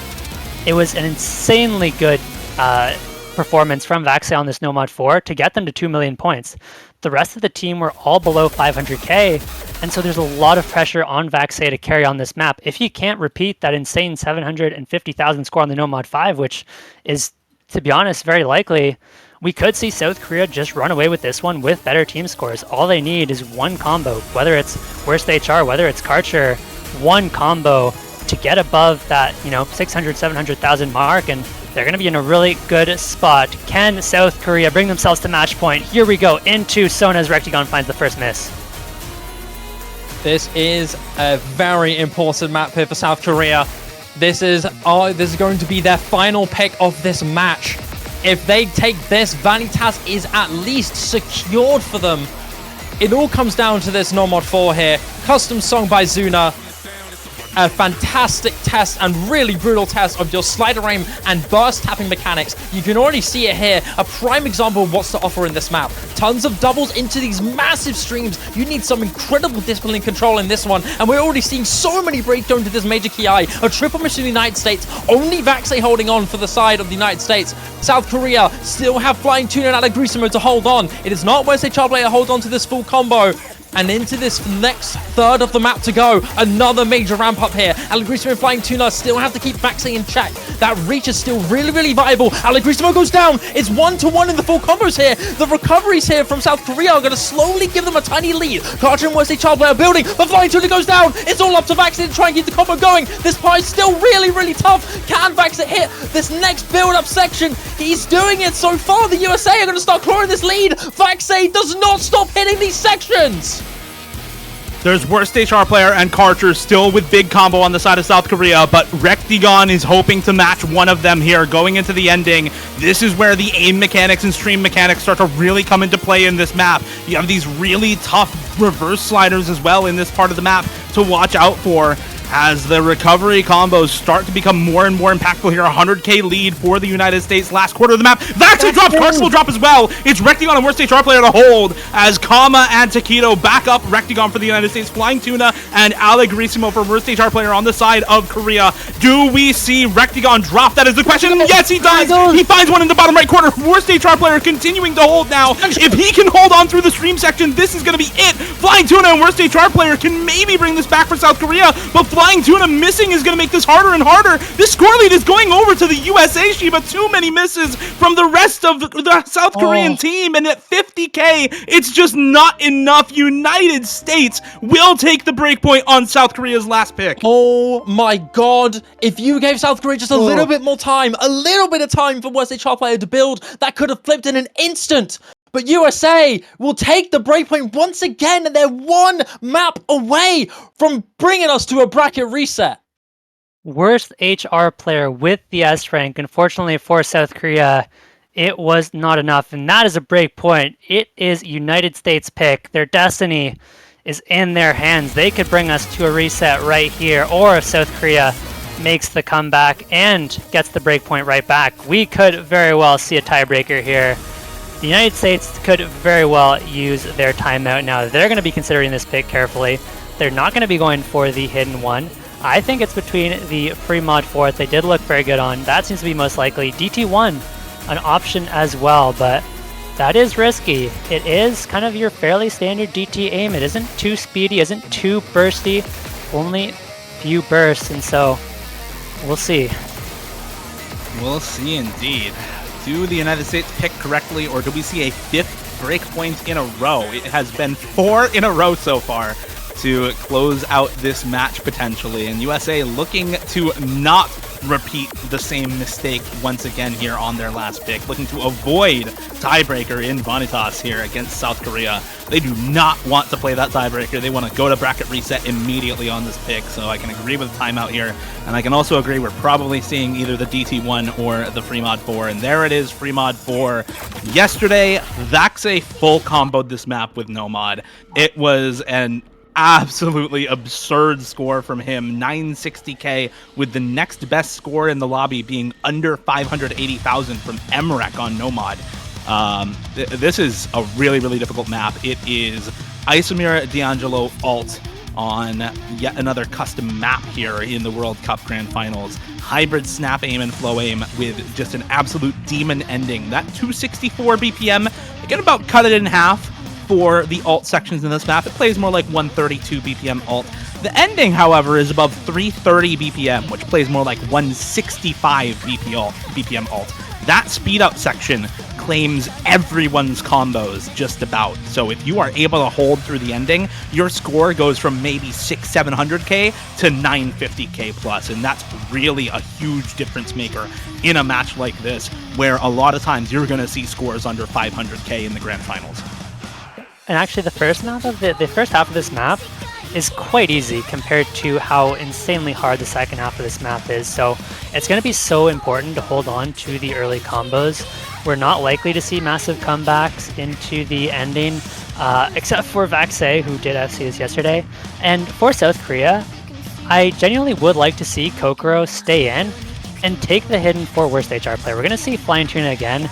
I just think this is the kind of map that you need worst HR player to solo carry. This is kind of his style of map, and you don't want him to have to play the hidden. That is so tricky on a pick like this and makes the map so much harder.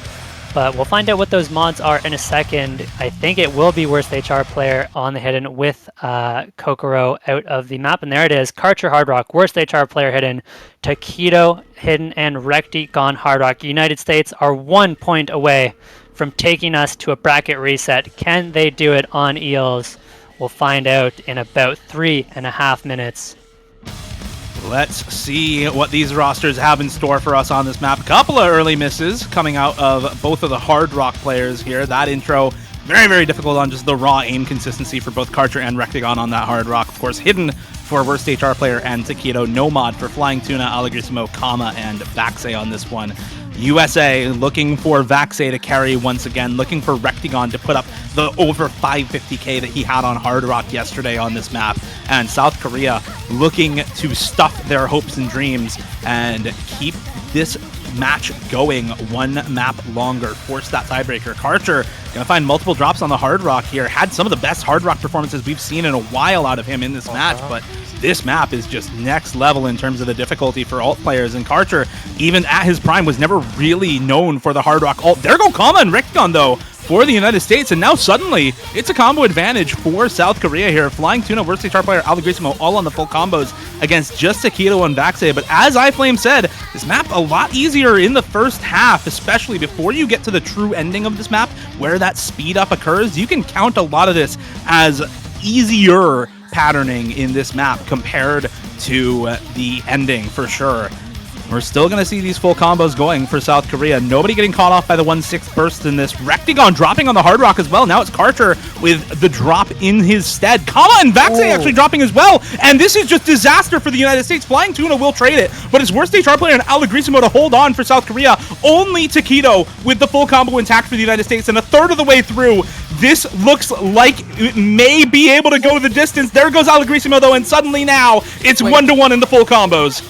There's potential here for the United States to flip this build-up from Vaxe and Rectagon. It's going to be really hard to bring back South Korea with that fresh triple miss. They're going to have the recoveries in favor of the United States with Rectagon that 200 and climbing. But soon, as long as this builds for South Korea, as long as those key combos stay stable towards this final third of the map, South Korea could secure tiebreaker. We might see Vanitas as long as they stay alive. Worst HR player time and time again has shown the world how truly unbelievable he is.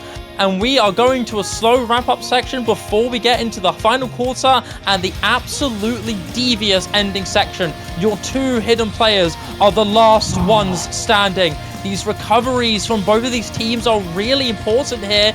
As long as they all hold on, this could get lean in favor of South Korea. Those two big combos are extremely valuable, granted, but these recoveries could also be really important. Allegrisimo goes down, starting this ramp-up section. These combos are still really valuable. It's slowly starting to close in favor of the United States, but anything can happen. You can see these little back-and-forth sections that really spike your aim control. Rexagon still holds on to great combo. Carter goes down the Hard Rock. Advantage now in the United States. Slow slider doesn't trip up anybody. Worst HR playing Takedo. Still looking good. Rexagon may drop on that slider just beforehand. So it's still even. South Korea are going to start building this more and more. Flying Tuna's got great backing up, but he's slowly going to start getting oppressed by Karma and Vaxei. USA holding on to disadvantage. We're going to be building up into the ending section. It all comes down to this. Worst HR playing Takedo still looking good. But once the top play goes down, ginormous combo drop to South Korea. Multiple drops in from multiple teams, but Takedo still holds. No, he doesn't. He's down, and it's all up to Vaxei, who drops as well. But that won't matter. United States will take us to bracket reset. They win the match 7-5 in the first round of grand finals. The closest grands we've seen in a few years now between the United States and South Korea. This was a back and forth match with breakpoints everywhere, but United States does not continue that trend. They break the mold. They win their last pick against South Korea, and bracket reset is in the cards here once again for the United States, going up against South Korea in the grand finals. 2 years in a row. The narratives write themselves this time around, iFlame. This is just one hell of a grand finals. I am so here for this bracket reset. They certainly do, and I think the real award should go to the script writers this year. It does not get any better than this. When it came down to the wire, it was Takedo who showed up on the hidden to put USA through to the bracket reset. They're not going to have to play that tiebreaker. And I expect we're going to see some switch-ups, especially considering how many break points were given up towards the ending, into this next match. I want to see some adaptations from both teams, especially in the bans for South Korea. I think you drop that DT2 ban, opt into a DT3 ban instead, and take your chances on that DT2. Yeah, I think I agree with you full stop on the last couple of bans there for South Korea. The DT3 was so one-sided as a first pick for USA that I think you can just leave up the DT2, ban out that DT3, and potentially have a better time on it. And with how close that free mod 2 is, I think the no mod 2 ban can stay put. As for USA, there wasn't a lot of maps that were super one-sided in the favor of South Korea. You have the Hard Rock 2, for example. 800k on Allegrisimo is such a pop-off on that map. And there were a couple of other maps that were relatively good for South Korea in this match, but so many close maps near the end of this one. Both of the last picks won by less than 100,000 points by USA. So I think we're going to stay with a relatively close match here between the teams, and maybe a couple shakeups in the pick strategy. We did see, of course, a couple of mispicks during this match. Obviously, lots of breakpoints near the end, but notably a 900k score difference on Free Mod 1 in favor of the USA on South Korea's pick. And of course, that 600k score difference on the Hard Rock 2 for South Korea on the USA's pick. So I think more so than the ban strategy, maybe we see the DT3 and DT2 ban swap for South Korea. I think we're going to see a lot more change-ups in the pick strategy for this teams as we kind of get down to the wire and the map pool starts to get smaller and smaller for what kinds of maps these teams can actually pick from. Yeah, I'd have to agree. I think one mod that was really exciting for everybody here was the Hard Rock. We saw a lot of contested stuff. South Korea taking 2 breakpoints in a row against the United States on what was known to be one of their better, more known strengths in this. That's going to be a really exciting prospect. Whether or not Hard Rock will be a considered pick for either team, or whether we'll be seeing Chicken being played with that one, we don't know. Free Mod 4 is very clearly a threat for both respective teams. So yes, you are right. This match, it has caused a lot of shakeups, a lot of expectations switched around. We've got so many different maps being switched in each team's respective favors, either turning from one-sided maps into toss-ups or from toss-ups to one-sided maps. This next bracket reset will be where the real deal starts, where the real information is exchanged, and where the real points will truly matter.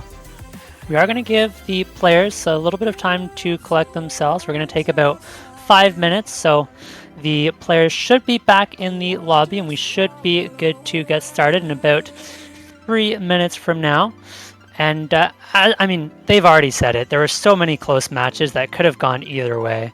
You look at that 37,000 points early on, and then just so many breakpoints into the ending.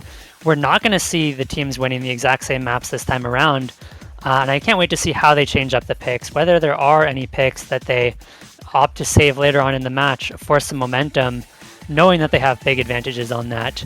I think South Korea, the big one for them is that early break point that they gave up on their very first pick. That's a map that they're going to want back. They're going to look to change that pick very likely. And it did just put them on the back foot for the entirety of the match. You know, were it not for that early break point, they would have been going to tiebreaker rather than having to play a full another match. And so that'll be the first big change for South Korea, to me at least, going into this big phase. Yeah, I completely agree. But that map was still not too far off. It was 260k. So I think we may still see them pick it a little bit later on into the match. They had success with the Hidden 2 and the Hard Rock 2 individually. So I think they're not going to first pick it, that's for sure. But I do think we maybe see them pick it later on into the match. And this is the do-or-die situation for both of these teams now. This is it. This is bracket reset in grand finals. The playing field is completely even. Both these teams have all the information they need going into the end, going into the final match of the year, the biggest match of the year for both of these teams. Grand finals, bracket reset in the US World Cup 2023. Now the United States, the winning team in the first set of grand finals on the left as Team Red. South Korea defending their #1 qualifier seed against the 5-time defending world champions in the United States on the blue side this time around. Will we finally get a new world champion? Or will the United States just take it again? We're going to find out shortly. This is what it all comes down to. As you said, Dio, this is it. There is nothing more. Now is the time to perform. Now is the time to put up your big scores. And now is the time to prove that you are the best country in the world, and that's what each of these players is going to be trying to do. I would love to see Allegrissimo keep up this absurd performance, especially on those hard rocks. We're going to see some interesting picks. I'm very curious which of these maps the teams have given up break points on and just feel like they underperformed it. They're going to go right back to some of these picks that they lost beforehand and say, we had a little bit of a rough score, we can do better, and we trust ourselves. We're going to go right back to it. The free mod 1, I don't think is one of those for South Korea, but I do think there are quite a few maps, especially in the later stages for both teams, that they're not going to be afraid to pick again, even if they didn't win it the first time around. We'll see how exactly they want to change up that pick strategy. I think we should be getting into the lobby shortly here, just waiting on the teams to be ready to go, it seems like. So we'll get right to that as soon as we have everybody in the lobby ready to go, match ready to start. And here we are. It's time for the bracket reset. Bans coming out for both of these teams. As we discussed, the No Mod 2 ban pretty likely to stay for South Korea with how close that free mod 2 was. And you know, we're talking about either No Mod 2 versus free mod 2 or DT2 versus DT3, specifically because you cannot ban 2 maps from the exact same mod pool, except if you're banning no mod maps. So in the United States, probably going to keep the same double ban of no mod 3, no mod 5. South Korea, however, cannot just double ban DT2, DT3, as I think they would probably like to do. They do have to ban either that no mod 2 or free mod 2 if they're looking to ban out the speed, which I think is the right move here. Probably going to keep the no mod 2 ban, and this time around switch it up with the DT3 ban. I think is probably the ban strategy for this team. We'll see. No, they are actually going to keep the DT2 ban. Okay. So saying, yeah, we're still not good enough on this map to be able to leave it open. So we're probably going to see the exact same bans here. Very unfortunate, given that No Mod 2 is, again, one of those OS originals, Pixel Planet by Lime, please go check out that song as well. We're not going to see the map here played today, but that is an absolute banger of a song and map. I had the pleasure of playtesting that one myself, and there were a lot of changes to that map. Strategus uploaded both the tournament version that you see here in the ultra difficulty and a champion version, the unnerfed original draft of the map, which is far harder and way higher spaced on basically everything. So go check that one out. It is super cool.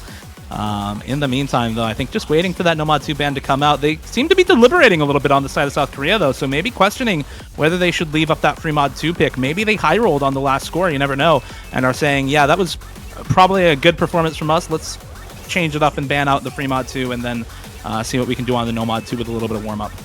I mean, they may even be looking at the free mod 1 at this point. You know, that's true they too. picked it themselves last time around, but they proceeded to get absolutely blasted by about 700k. And I mean, to rewind a little bit, I really like what the USA has done here. They've opted for the second pick.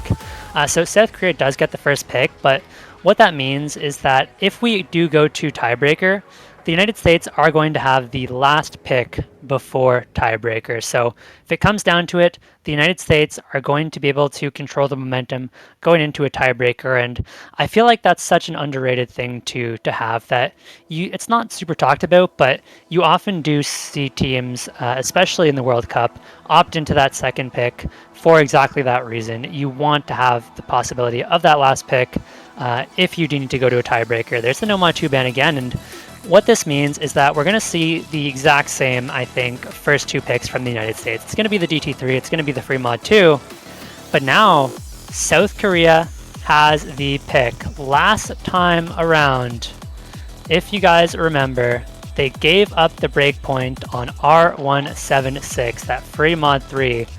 They have some maps that they won quite comfortably, and they're going to need to switch it up this time around. I don't think you need to go for that free mod 3.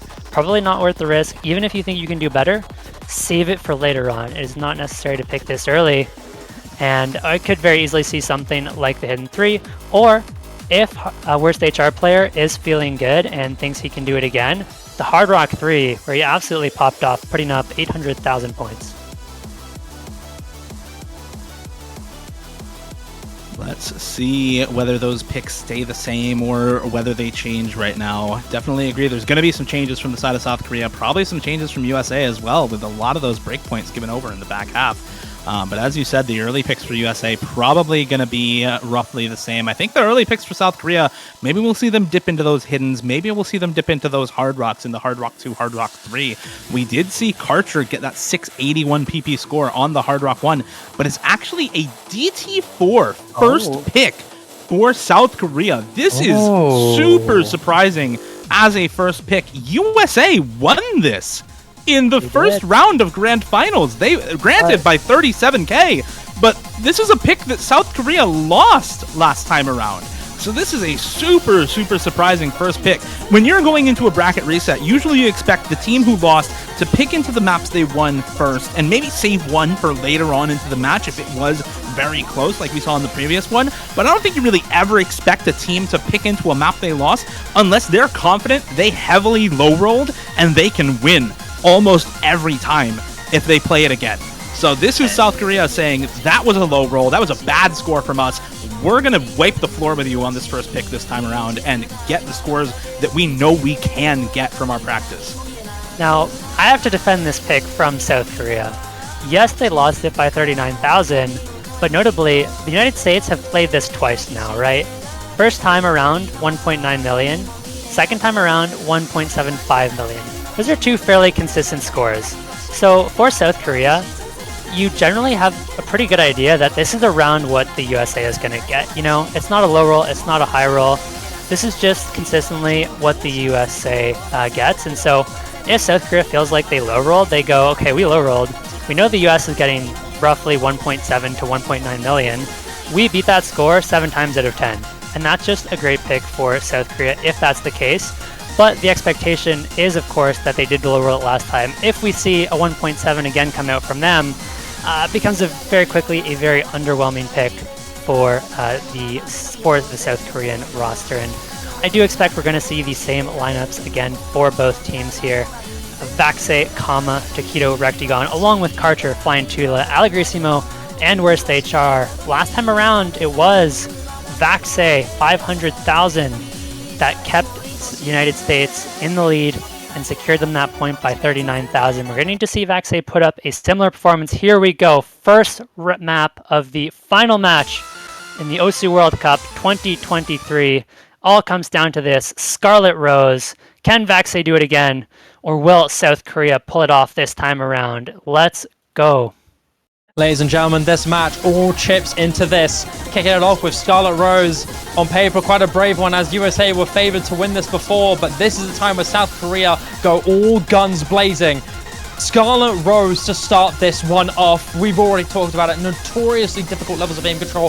One of the very iconic maps in the OSU scene. Extremely well known and famous for its absolutely absurd difficulty on the double time. Early stage advantage here looking good for South Korea. You've got that early drop from Karcher and White Child player. But outside of that, Allegrissimo and Flying Tuna especially looking really good. But it's starting to ramp up now. This is where we could see more drops. Karma and Vaxei were the first to drop the United States alongside with Taquito. Rectagon with the only last one standing. Taquito goes down, but a double miss on the side of South Korea. Flying Tuna and Karcher still looking good. And Flying Tuna goes down as well. It's all up to Karcher and Vaxei to try and hold on to this full section. Are we going to see a drop towards the end? No! Advantage still in favor of South Korea. Vaxei holds on, keeps the United States anchored, has the chance to try and bring this back towards the late stage, but Karcher drops on nothing! That's a tragic misstep from South Korea! Oh my lord!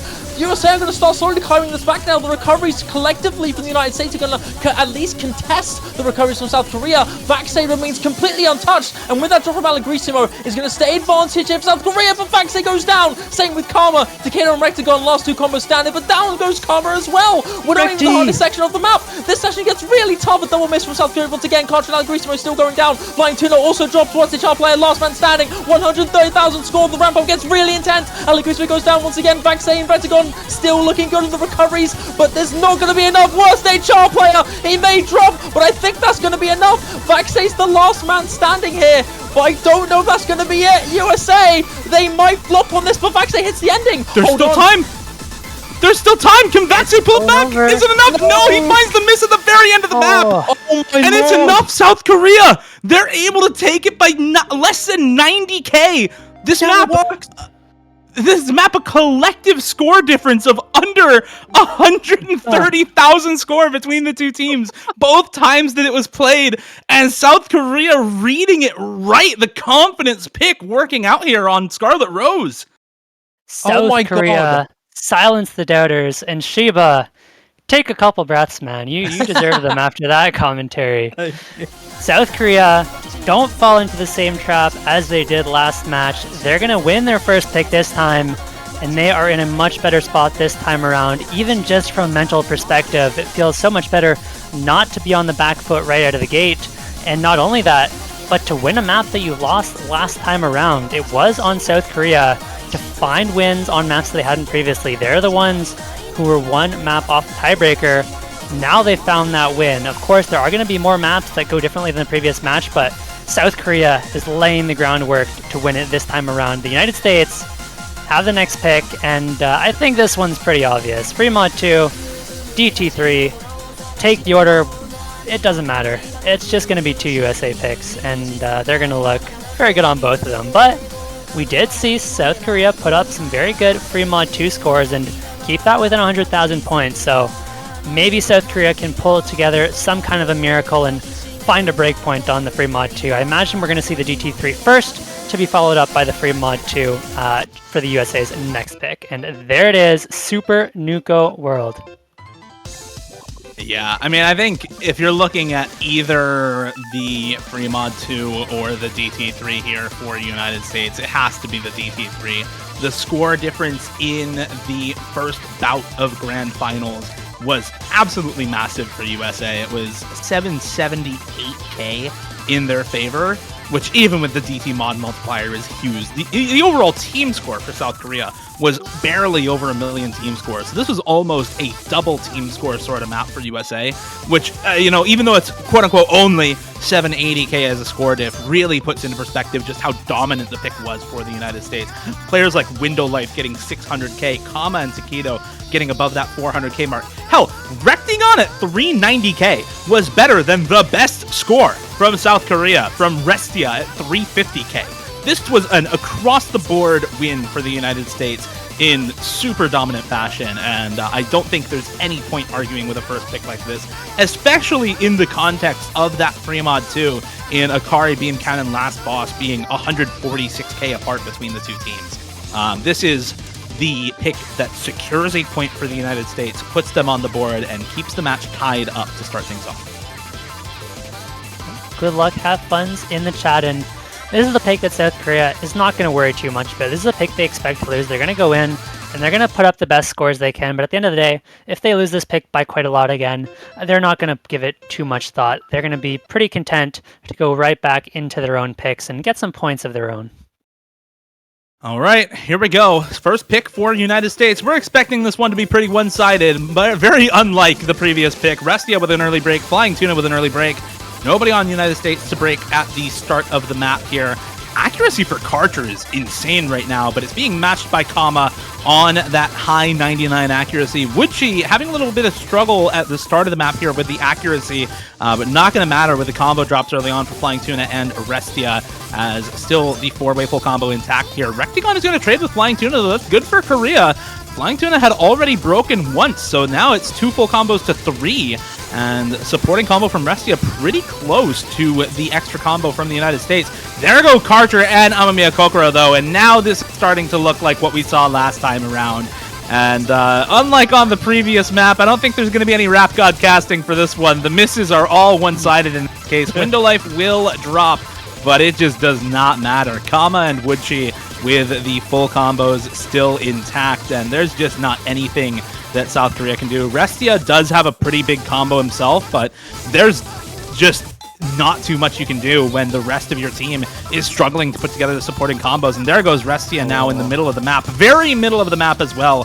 So that is the biggest drop possible. You do see Kama drop in time, but it's Woodchi to continue on with the last full combo in the lobby. Big support from no longer Rectagon. Window Life with a little bit of support there.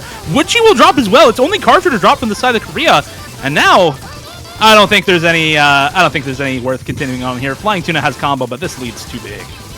Yeah, we're going into the guitar solo section. The question now is whether Window Life and Rectagon and Kama on these recoveries can hit this section in absolute style. The hardest part of the map, biggest stamina requirement come through, and it won't be the case. In fact, all 3 of them are to go down. Unfortunately, the United States, they might not clean this in style, but keep an eye on Flying Tuna here. He's had that entire section and is looking to lead the charge of his house to potentially build something, but no, that will not be the case. Any kind of hope for South Korea on this map has been shut down. The United States, through insane early game performances from all 4 members of their team, they're going to excel on this just like last round. No crazy surprise with this one. Unlike the double time 4, United States are going to be the ones to take Super Nuka World once again, tying the playing field 1-1. Yeah, the door was open just ever so slightly with that combo from Flying Tuna, but with that miss, it is shut just as quickly, and South Korea not going to be too worried about this one. This was not a pick they expected to win, so they're going to shrug this one off, go right into their second pick, and they're not going to feel too bad about dropping this one. It is tied up 1-1 this time around, so South Korea don't have that same pressure to get a break point later on in the match, and they're going to be able to breathe a little bit easier with that in mind. Now, they have quite a few pick options. There were quite a few maps that went well for them. But I think for the next pick, you're going to want to go for one of those maps that they won by quite a bit on. And to me, that's either going to be one of the Hard Rocks that Alegrissimo looked fantastic on, or potentially the Hard Rock one. Now, that was a break point. I think South Korea could leave that up, expecting USA to potentially pick it later on in the match. But so many good options here, right? Hard Rock 3, Hard Rock 2 if Alegrissimo is feeling good. Otherwise, just go back to the Hidden 3. Yeah, I mean, I think that we're probably going to see a lot of the first picks for both of these teams be relatively similar. Aside from that DT4, that was such a surprise pick for South Korea. I really expected either the Hidden 2 or Hidden 3 as a first pick, so would not be surprised at all to see them pick into that here for their second pick. We didn't see the hidden one touched. We did not see the Nomad one touched in the previous match. So maybe we see those at some point, but no, it's just going to be the hidden 3. Same second pick for South Korea here, and one that worked out for them very well, but notably off the back of a fantastic score for worst HR player, 850k nearly for a worst HR player on this map. The next best score on the side of South Korea was Karcher at 450k, and Flying Tuna having to step in for that one and dropping 240k meant that the relatively high top 3 scores from the USA in 500k, 500k, and 475k are really, really scary when you look at overall team consistency on a pick like this. This is really dependent on worst HR player continuing to pop off, and in the second half of Grand Finals, during that first bout, we really saw a lot of the rest of South Korea stepping up in his place. We saw worst HR player start to take a bit of a backseat in the match the later it went on, and so I think the question is, can worst HR player replicate that score, or can the rest of South Korea continue to step up? Can they continue to perform to that level that is needed to beat out a team with the kind of consistently high scores that USA has on this map? Yep, very well said. And I think we are going to see worst HR player step up on this map. Whether or not he can match the score from last time around remains to be seen, but the reason we saw worst HR doing so well early on is because South Korea picks early on as much as they can for worst HR player. Then, as they run out of worst HR player maps later on into the match, we don't see those massive carry performances quite as much, but for the time being, when you still have picks like the Hidden 3, the Hard Rock 3 open, that's where you're going to see worst HR player shine. And what is so nice for South Korea this time is they have Amamiya Kokoro. Flying Tuna, it looks like we're getting Flying Tuna in the lobby over... Okay. Over, I mean, I'm not sure who else would play it, but did bottom score last time, and so this is the 4. Kokoro, Karcher, worst HR player, and Tuna up against Kama, Taquito, Vaxei, Rectagon. And I think keep your eyes on Taquito, keep your eyes on worst HR player. These are going to be the 2 big carries. These are going to be the 2 players to pull out the big combos. Requiem for the Aura. Here we go. What are we going to see from this one? Will history repeat itself, or are we going to see a contrast? USA have shown prominent potential to perform a breakpoint on this, despite this being quite significantly on paper being in South Korea's favor. The potential from all 4 of these United States players are very, very threatening. Could we see an overperformance here from Worst HR player once again, setting a fantastic precedent for this team? Or will the United States be able to claw something back and bring the first breakpoint of this bracket reset?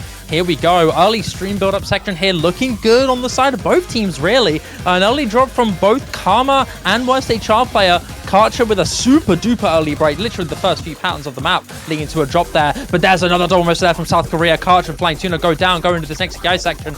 This is where we're going to see the first ramp up here, where breaks are very, very prominent. Early stage drops here from Tuna and Karcher aren't going to be too big of a deal when we're already so early into this big section. That double from the United States is going to be really big from Vaxei and Taquito. Amamiya Kokoro, though, he's going to go down, and the United States are going to start building this advantage further and further. Where's HR player once again being the last man standing here for South Korea? You've still got Rectagon and Karma looking great in this combo. Flying Tuna goes down once again, approaching this halfway mark. Amamiya Kokoro, another drop here. South Korea as a team are just not looking good. It seems to be reminiscent once again of the Worst HR player effect. The Karma goes down though, and it's Rectagon up against Worst HR player in this final third. This could get really, really dicey. If Rectagon or Worst HR player are to drop very, very soon and the other holds, this could flip immediately in each team's favor.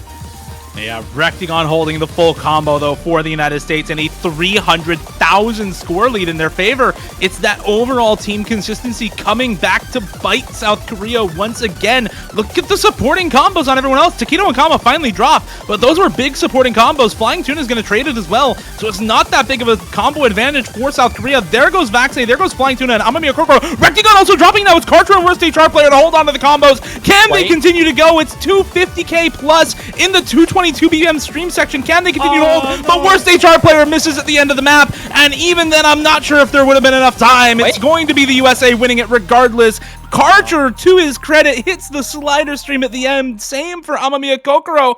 And with only 66k in the United States' favor, I think that would have been enough had Worst HR player held, but it's just not enough. He finds the slider break near the end of the map, and disaster once again early on for South Korea as they drop the breakpoint on their second pick in that hidden 3. A map where we saw one of the biggest carries from Worst HR player in the first bout of Grand Finals, unable to replicate that kind of performance despite his best efforts. 660k, but outdone by Recteon with a 700k pop-off, 200k score higher than he was able to get in the first round of Grands.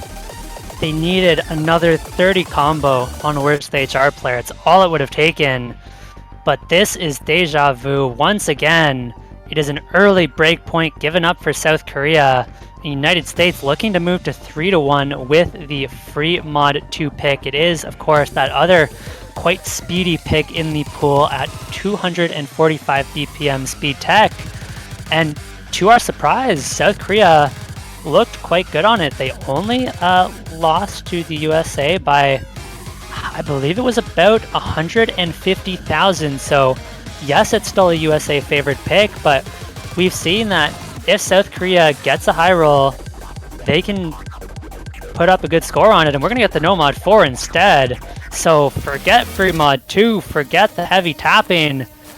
We're getting right into no mod 4. This was the final pick of the last match, and if you guys remember, it was a USA win, but not by much. It was just under 200,000, and this is another very coin flippy pick. This one was largely off the back of Vaxei, who continues to put up insane scores on this pick. I think if South Korea can find one person to match Vaxei's score, likely going to expect that to be Worst HR player, they can take this point. And I will correct a little bit. This was even closer than you said, iFlame. This was a score difference of 50k in the previous match. I mean, we've seen South Korea pick the DT4, which they lost by, 39k in the first match, and win it here against the United States. Now, the United States picking a map they won by only 50k as their second pick. And honestly, I'm here for it. These are some spicy picks. These are some very close maps that we've already seen, and they're giving them to us early in this match. Vaxei top scoring with 650k. Worst HR player getting the best score for Korea with the S rank 627k. If they perform to that level again, it comes down to the supporting scores. You had ever so slightly better middle scores for Recteon and Kama over Flying Tuna and Karcher, but again, the cumulative team score difference is 50k, so one slider break, one miss can make all the difference on a map like this. And we have seen as well some of these players in Grand Finals drop ridiculous scores on this map before as well. Vaxei got 734k on this against Australia. If he replicates that kind of performance, then this suddenly looks like a whole different sort of map between the USA and Korea, with the United States out in front by several 100,000 points. So let's see if that Vaxei can show up once again for the United States and secure a 3-1 lead, or whether South Korea can bring up the average or can find that pop-off on Worst HR player and tie us up 2-2 once again in this map. Let's see, and last time around, don't forget, it was Worst HR player with the only S rank on the map. It was one slider break, and that slider break could very easily be the difference here. 222 BPM, some really ridiculous slider shapes and slider aim in the start here. They still are difficult in the second half, but a bit of a change in mapping style with far more of a mechanics focus, more aim, more streams, still primarily tech, but a lot of different skill sets mixed into the second half of this map. How well you handle that change in playstyle, that change in what the map is testing, can become the difference maker on this sort of pick. Kama, and just Kama, actually, with the early break on one of those slider jumps.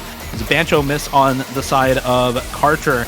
Tsukino finding an early drop as well now, so early combo lead over to the side of South Korea. That intro section, 300 combo. So that's a bit of a significant combo lead for South Korea right now. Accuracy lead not doing them many favors for the USA, but the combo lead with South Korea, giving them the early score lead. Now Rectigon's gone as well. It's just Vaxei. Worst HR player and Karcher will drop as well. It's Alagrisimo and Flying Tuna with the combos in the first third of this map, matching the FC out of Vaxei and the supporting score out of Takedo. It's a lead for South Korea, but it's only by 50k, about a third of the way through now.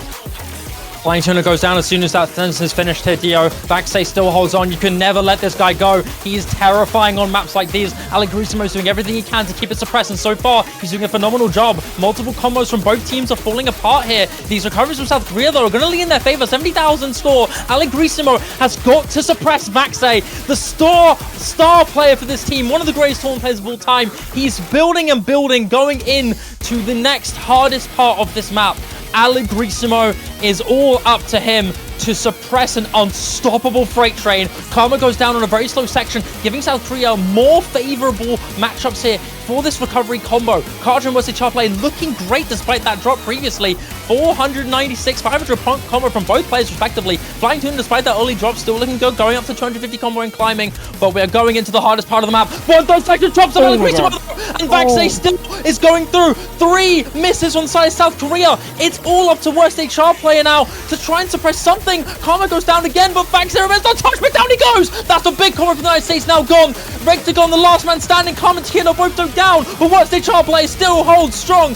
Once again, this guy refuses to back down. He may drop, I don't think there's going to be enough time. It's slowly shrinking here in favor of the United States, but there's only barely enough time of the map left, and South Korea will bounce back with a breakpoint of their own. 2-2. They get it right back, not a moment to waste, and this pick does not work out for the USA. I thought it would be Worst HR player trying to max Vaxei, but this time around it is Alagrisimo.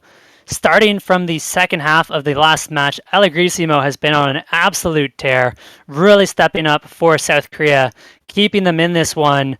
That is just a massive performance, showing up when it matters, and now South Korea not going down 3-1 this time. It is all tied up, and they can hold on to their lead with their next pick. They have quite a few good options left. You look to the Hidden 2, you look to the Hard Rock 3. Those are looking like good picks, and USA, they wish they could have that pick back. They really wish they could, and if you're familiar with the tourney scene and the memes that abound within it, you're familiar with the one of the guy on the cell phone and the white background black text at the top that says, "Put Alagrisimo back in." South Korea put him in for the Nomad 4, and he delivers. The entirety of the Snapchat is just spamming that GIF right now, and it could not be more accurate. This is one hell of a grand finals already. I am so psyched to see what the rest of this match brings us, as it has been a back and forth between these teams, a heated battle in this Grands, and I think it's going to stay that way with how well these teams keep playing. You know, one of the things that we talk about when we talk about Grand Finals bracket resets is fatigue. I don't know exactly which team has an advantage there, but when you warm up to play a Grand Finals, when you warm up to play a tournament match, you're warming up for maybe an hour or two before the match, and now you've got a potentially 3-hour-long match, so you have to be able to play for a very long time. And maybe that fatigue starts to settle in, especially for a team like the United States, who are playing late at night. It is 1 a.m. on the East Coast right now, 10 p.m. on the West Coast of the United States. So these picks for South Korea, as it gets into a more comfortable time for them and a more uncomfortable time for the United States, maybe we start to see that play into the match a little bit. But for now, early on into the bracket reset, third pick for South Korea, we get the Hidden 2. We saw this in the first round. It was the Worst HR player show for sure. And this one was a solo carry pop-off of over 600k for Worst HR player and a nearly 300,000 score difference in the favor of South Korea. Very, very good scores from Amamiya Kokoro and Flying Tuna as well. I would not be surprised to see Restia sub out for somebody, maybe a player like Karcher, but I think with the history of this roster on low approach rate hidden, it's probably going to still be Restia on this map. Yeah, Restia is not quite comfortable on this map, was 88% accuracy, 150,000, but they trust Worst HR player. You can tell how much trust they have. They say, you got 650k last time, we believe in you to do it again. We don't need the fourth player on this map, and they're looking to be in a pretty good spot. They won it by about 300,000 last time, and what makes this match so exciting, Dio, is that every map is so close, and all these players are so good that any one of them could put up an extra 200, 300 combo on any given map compared to the last one, and all of a sudden, the map turns on its head, expectations are flipped, and the points are not what you expect. We are going to see Boshiman, Fire Rage, Taquito, and Vaxei once again. It was a solid team performance all around, but the team scores range from 270k to 350, and it's just not enough to match worst HR player. And I think it really has to be Taquito who tries to match, but as great as Taquito is as hidden, definitely isn't known so much for the low AR hidden as much as a lot of the dedicated hidden mains are. And so that's going to hurt the US a little bit, not having that very, very clear carry player that's ready to pop off. Here we go, though, into Replica. Will this be the worst HR player show, or will we get a third breakpoint? Once again, South Korea going into a staple pick of theirs, the Hidden 2. Again, we mentioned this like the last match before bracket reset. USA do still have a very threatening team like this on paper. Boshiman and Fiery Rage were made for maps like these. Really, really strong on this kind of gimmick, but it is worst HR player to be the man to look out for here, being the star outstanding player in this. 600,000 score, nearly double the next highest score in the entire lobby. You are looking at this guy to once again do miracles here for South Korea. He may drop down towards this early stage along with Omiya Kokoro and Restia for South Korea. Flying Tuna, though, does still hold on to his full combo. On the side of the United States, though, it is looking a much better for them. Fire Rage and Boshiman doing their job and holding on to some good combo, contesting Flying Tuna. And on the side of the rest of the United States, you've got Taquito with 200 combo. Vaxei may drop, but it's still decently close. You've got Flying Tuna still holding on with that drop from Fire Rage and from Boshi. Double miss from the United States towards this early start. Flying Tuna may trade it, but these recoveries are starting to lean slightly towards the favor of South Korea. But the longer this build is going to go back for the United States over time. Whereas a Char player is now the leading combo here for South Korea, and we're about to get into the Ki where stuff can get really, really tough, and that's where you're relying on these recoveries. Amamiya Kokoro goes down. No other trades, it does seem, until Taquito and Fire Rage go down. South Korea now leaning, holding on to this advantage. Restaurant may go down. It's going back and forth quite a bit. Another drop from Fire Rage, another drop from Wesley Char player. It's so back and forth here. No established advantage is being secured. We're not seeing that superstar score here from Wesley Char player. It's the collective teamwork making the dream work for both of these teams. Vaxei holding on to great combo here for the United States. 400 combo and climbing now. Flying Tuna's doing what he can to contest, and these recoveries in the United States are going to start building in their favor as long as there's no fall apart. There's a little bit of fall apart for South Korea, though. Amamiya Kokoro and Flying Tuna both dropping there. You cannot have those big combos drop over and over again for South Korea. Restia as well, continuing to have the trouble that we saw on this map the first time around. And it's just Vaxei popping off this time for the United States. A player whose max combo the first time this was played was 279. Now up above 600 combo for the United States, and worst HR player just not having at all the same kind of performance that we saw in the first bout of Grand Finals. And that break from Vaxei I don't even think is going to matter. There's no combo on the side of South Korea to pull back what is now a nearly 150,000 score lead. Boshiman and Fiery are going to keep missing, so maybe we can start to see this come back a little bit, but it's going to require some serious pop-offs from South Korea on the ending of this map, and worst HR player missing again is not what they need at the moment. Taquito and Boshi and Fiery are all going to reset against just worst HR player and Restia, so it's Vaxei versus now just Amamiya Kokoro for South Korea. The score lead has gone down, but only to 120,000 score, and it's continuing now to climb in the favor of USA. Fiery Taquito dropping is going to bring that over a little bit. There goes Vaxei, but unfortunately, there's just no combo on the side of South Korea. That's a 93k score advantage.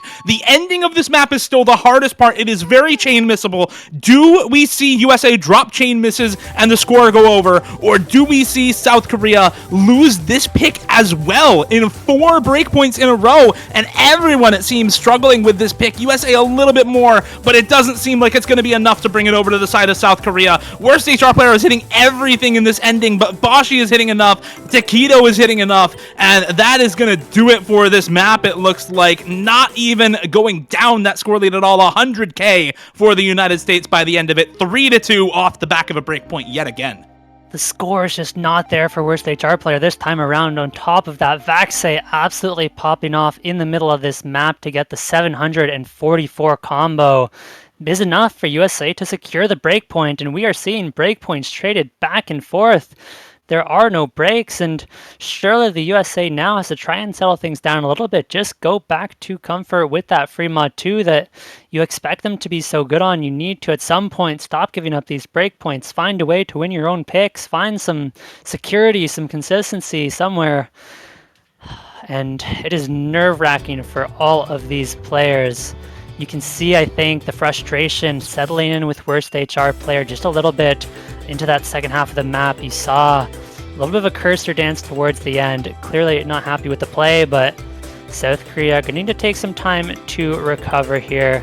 Take a breather and just focus on the next map, one map at a time. Yeah, it's a rough part of the bracket reset now for South Korea, and I think one of the big things that I want to talk about right here is the change in how these teams played from the first set to the second, because in the first half of the grand finals that we saw between South Korea and the United States, that first matchup in grand finals, worst HR player was an absolute demon. I mean, we made jokes comparing him to Faker. He was top scoring every map he was in for South Korea. Now it seems like it's the opposite. Worst HR player, yeah, did top score the DT4, but has been having trouble since, has not been able to replicate the types of performances that we saw from him on some of the maps where he needed to, like the Hidden 3 and this Hidden 2 now. And unfortunately, it's led to a couple of breakpoints for the United States. They are going to pick this free mod 1, and this was an absolutely dominating win for the United States in the first bout of Grand Finals, an over 900k score difference. South Korea picked this, and it backfired hard in the first bout of Grand Finals. USA say, thank you very much, we'll take that pick for ourselves and use it against you in the bracket reset. Yeah, it was an absolute bloodbath last time around. There was just no high combos on the side of the South Korea. Things fell apart pretty much from the beginning. And in the meantime, you had Rectigon with the casual Hard Rock FC. You had a three-way FC into the halfway point of the map, and the USA have put up consistent 2.8, 2.9 million scores. South Korea's score was nowhere close, and they're going to need a monumental improvement into this map if they want any chance of beating the USA here. And this is USA trying to finally consolidate the breakpoint, trying to finally take a stranglehold of some kind of advantage in this match and break the trend of these traded breakpoints. We do see all the same players in the lobby. Of course, as usual, we're going to see Rectigon, Hard Rock, Takedo hidden, and on the side of South Korea, we're just going to be going back to Karcher on the Hard Rock, and I think we are likely to see Kokoro on the hidden again, try and once again let worst HR player have an easier time on the map, put up that big combo, and we haven't necessarily seen it in the past couple maps, but I think the pressure is definitely on worst HR player this time around. Really interesting that we see Window Life in as well this time around on the Nomad once again. Yeah, narratives have been shattered several times now in this bracket reset match. Breakpoint after breakpoint after breakpoint, man. I mean, this was the most one-sided map of the previous match here for the United States. So assuming things stayed to plan here for the USA, this is going to once again be a victory for them. They're going to be 2 points up against South Korea, hugely advantageous for them. But there's still quite a big, tough ask to go here. This is the free mod 1, very consistent, 4 minutes long. You've got a lot of combo to build up if you want to make a valuable impact on this. And so far, so good for both teams. First blood goes to Window Life. But outside of that, the rest of these teams, all 7 players, looking very, very good. This combo advantage leading in favor of South Korea going into this first Ki. Here's where we could see the first few set drops here. Only drop remains to be Window Life here for the United States. South Korea still building good. Karcher on that Hard Rock looking good, but he's going to go down as soon as I speak. Down Karcher goes, but it is traded by a subsequent hard rock combo here in Rectagon. You've still got advantage South Korea. Karcher goes down once again, but that's not the one you want. Still 3 full combos here for South Korea. And Vaxei joins the drops here. Worst the sharp player does trade it though. 2 versus 1. Window Life goes down again, but Takedo still holds with that hidden combo. Amamiya Kokoro and Flying Tuna suppressing the singular combo that is Takedo past this next Ki. Shiba Amamiya Kokoro was the top scorer for South Korea when they played this map against the United States in the previous bout of Grand Finals. Flying Tuna dropped about 500k on the Nomad, but it was Amamiya Kokoro with the only score for them above 600k. And with these breaks in the first half from both Rectagon and Vaxei, they're not going to be able to put up the same kinds of ridiculous combos that we saw from them in that first match when this was played earlier. It's up to Takedo now for the United States. The score lead for South Korea is very, very small. It is all dependent on these big combos for Amamiya Kokoro and Flying Tuna right now. But there goes Takedo. That's the one full combo down now for the United States against the two-way FC intact for South Korea. This felt like the safest pick available for the United States. 903,139 points was the score difference, with a 2 miss on Hard Rock, over 1 mil for Rectagon when they played this the first time around. He's gonna break. Amamiya Kokoro and Flying Tuna will drop. Vaxei and Window Life are holding the combo, but it's matched by Karcher and Worst HR player. And even if this turns out to be a close map, with how well Karcher and Worst HR player are holding these combos, it's still going to be score advantage and potential combo advantage to South Korea. But there goes Karcher! It's Vaxei and Window Life now, the double Nomad for the United States, holding these big combos against just Worst HR player for South Korea. And this score lead that seemed all but secured is now extremely tenuous for the Koreans. This is getting really, really tight. Vaxei and Window Life have got an opportunity of a lifetime to pull an insane comeback to what looked like a surefire victory for South Korea past the next half of the map. It's all up to Worst HR player to keep his team anchored going into this next Ki. You've got some good recoveries here, respectively from Takedo and Rectagon, to help support Vaxei and Window Life into the next endeavor. But they've got to hold on. Here's where the difficulty starts to ramp up to its max. Karcher and Rectagon both go down. Both the hard rock combos, not too ideal for South Korea. It's going to slowly start inching, but Window Life goes down. Traded by Amamiya Kokoro. Takedo and Flying Tuna duking it out. Takedo with a tiny advantage. Slowly edging towards the United States here. Takedo goes down though, and that's big. South Korea finally have leeway take this lead. Worst HR player once again leading the charge, holding on to 1,000 combo and climbing towards the late stage when he matters the most. He is the one to pull the miraculous clutch. With the spike dropping towards the start, he doesn't care. He's hitting the most important parts of the map, and the script writers are Michelin star chefs in this one. The most one-sided match previously by 900,000 for the United States will go to the way of South Korea. Expectations be damned. The script has been flipped on its head as Worst HR player is back. Worst HR player puts up the 650k, matching Vaxei. And it is yet another breakpoint. Forget the expectations. They do not matter any longer. Every pick could go to any team. Nothing makes sense anymore. As South Korea, after losing the free mod 1 by 900,000, win it this time around. I don't know what to expect from this match. Maybe South Korea just has to pick the free mod 2 this time around. Every pick is backwards, Dio. It's 4 breaks. It's 4 breakpoints in a row, gentlemen. These teams won their first picks and then proceeded to breakpoint each other 4 times in a row. Oh my God. The confidence in how good any of these picks are for either team has got to be below the floor at this point, right? We're down in the basements in terms of how well last match is correlated with this one, right? We've seen flips on wins across the board, hidden 3, hidden 2, going the way of the United States when they were won in dominating fashion by South Korea the first time around. DT4, the first pick for South Korea, was a USA win in the previous matchup. The only map that follows what we've seen so far really is the DT3, and that's it. So, if that's any indication, it means maybe USA should pick the free mod 2 finally, and maybe South Korea does have the leg up on that free mod 2 that they lost the first time around, but it's going to be the Hard Rock 3, and this one I think maybe we can expect to follow what happened in the previous matchup with this one. This is, as we discussed previously, probably the highest skill cap map in the pool.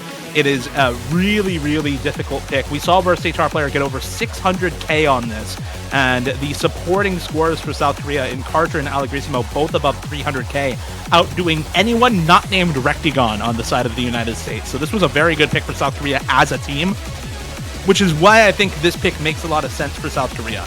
Worst HR Player has been still top scoring maps that he's in for, but not by the kinds of margins we saw in the first bout of Grand Finals, right?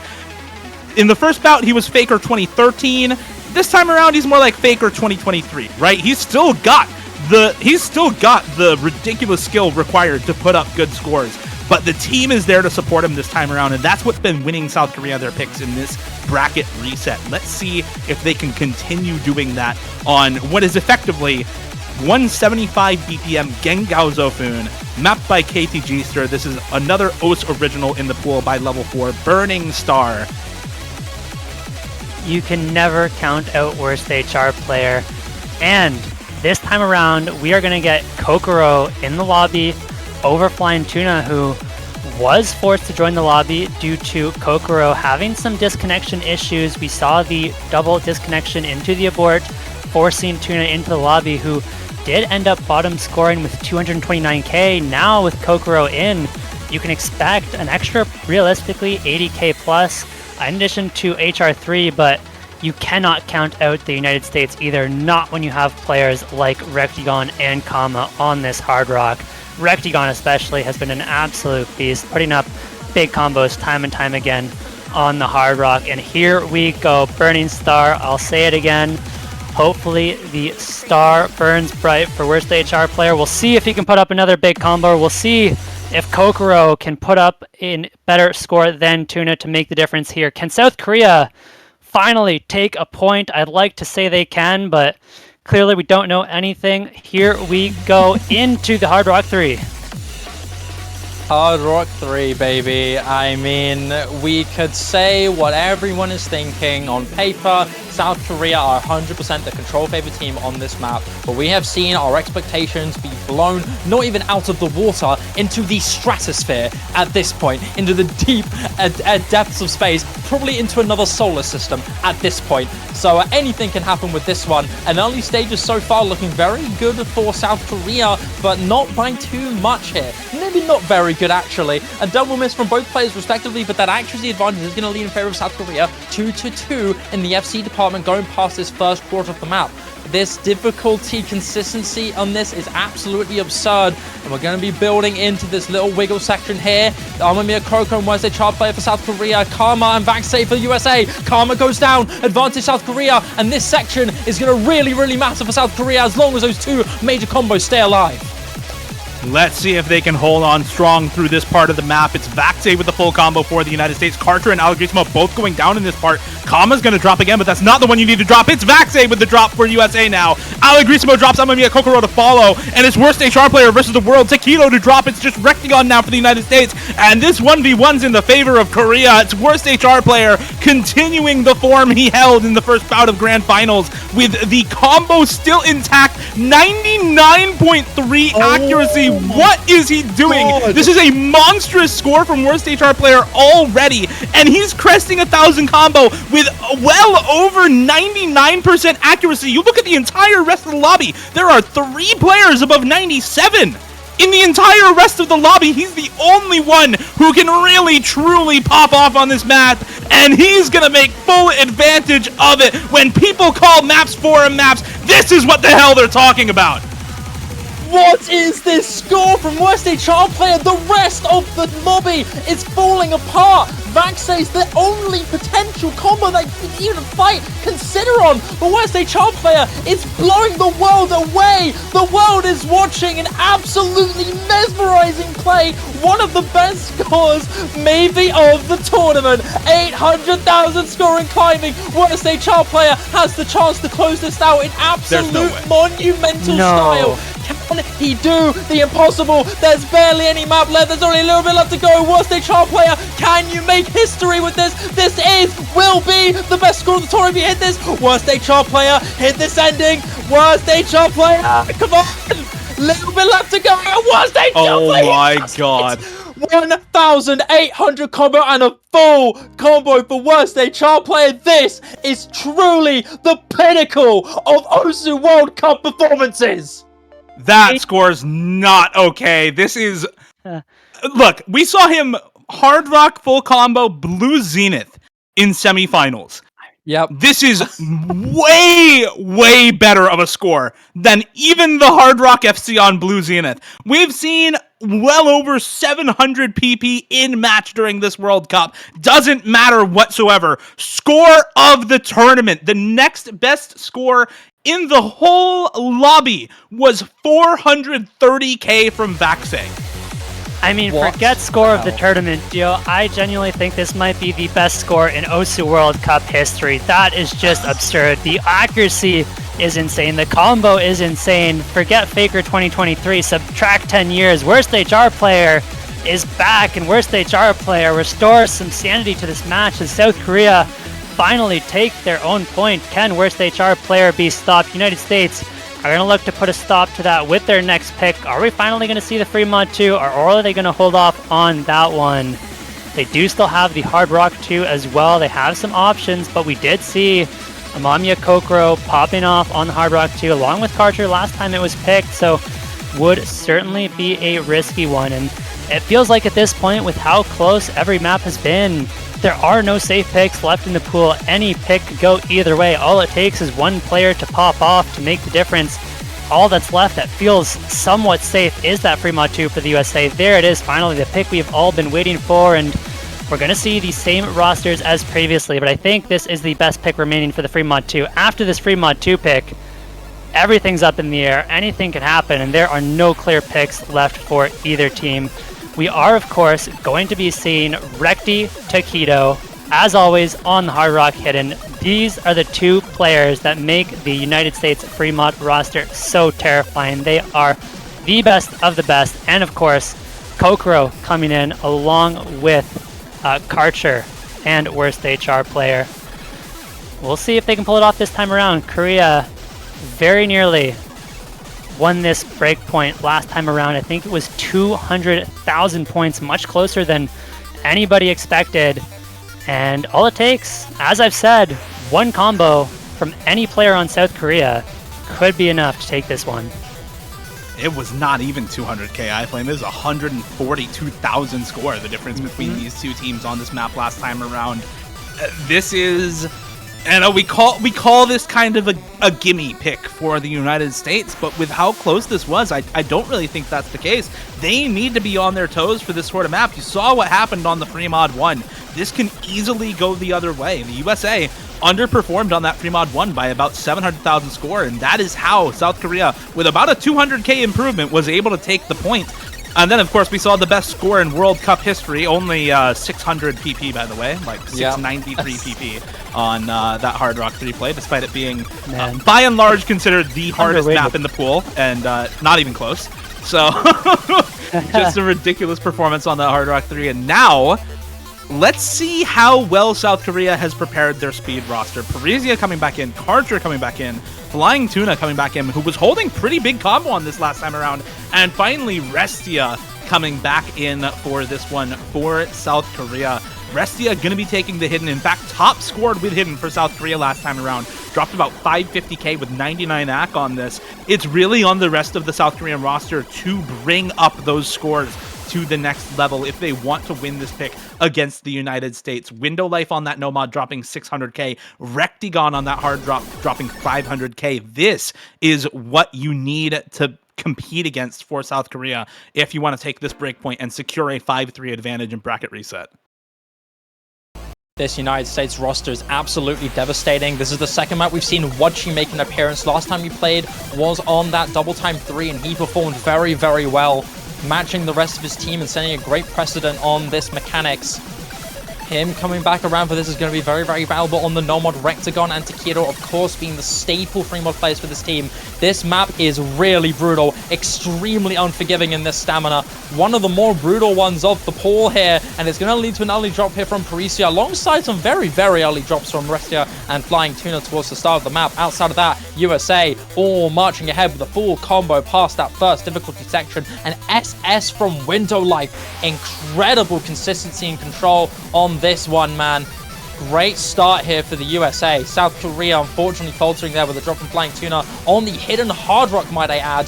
The hardest double set of mods to do. Flying Tuna seeming to have taken a bold choice here. Unfortunately not working out so far, but there's still 2/3 of the map to go. But USA are going to start flying ahead with this next difficulty ramp up section. And this is the type of mod strategy you used to see back in the day, is I think Flying Tuna tanking the Hard Rock for Karcher so that Karcher can just play this no-mod, not have to deal with that increased circle size, and maybe get a more consistent, higher score on this map. Lower OD with no-mod, but the same approach rate. Can they hold on through this streamy section? It's Flying Tuna and Rectigon to drop. That drop from Rectigon and Taquito now as well for the United States. Massive in this stream section. Flying Tuna is going to keep dropping, yeah, but now there goes Parisia. That's finally a big drop for South Korea, but Karcher matching Window Life. Restia more than matching the combo from Woochie. This is a big combo advantage for South Korea. If we can see Parisia start to be a little bit more consistent on that no mod, the tank mod player in Flying Tuna is just not going to matter when you have these other big combos on the side of South Korea. And Restia is just popping off on this still with that super high combo. 98 AC on the hidden. Can South Korea bring this back with just a quarter of the map left? There's only a little bit of time left here.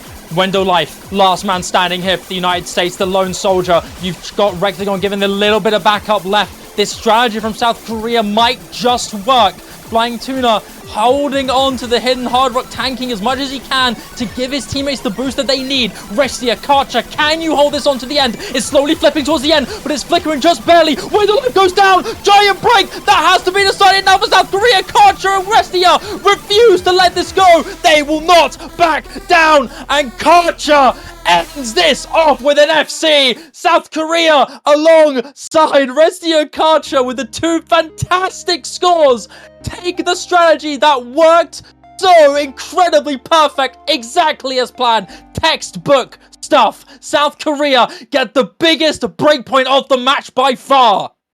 That is a strategic masterclass from South Korea on the free mod. Tank the hidden Hard Rock. Put Karcher on the no mod, and look what he does. Pulls out the FC, secures the point for South Korea, and all of a sudden, they are 2 maps away from ending the streak of dominance from the United States. They 2 points away from becoming the 2023 OSU World Champion, but it is far from over yet. There are still maps to be played, and the USA still has a lot of wiggle room back into this one. South Korea needs to keep up their performance, but after a play like that, they have got to be feeling confident. It only goes up from here. They have the next pick, and if they pick properly, they could very, very easily put themselves on match point. We're early enough into this match that South Korea has picks left. They won the Hard Rock 2. I believe they won the Hard Rock 1 as well. Amamiya Kokoro was absolutely assert on the Hard Rocks, and if Amamiya Kokoro can put up a similar performance, the USA might just be out of luck. The USA can only afford to lose one more pick throughout the rest of this match.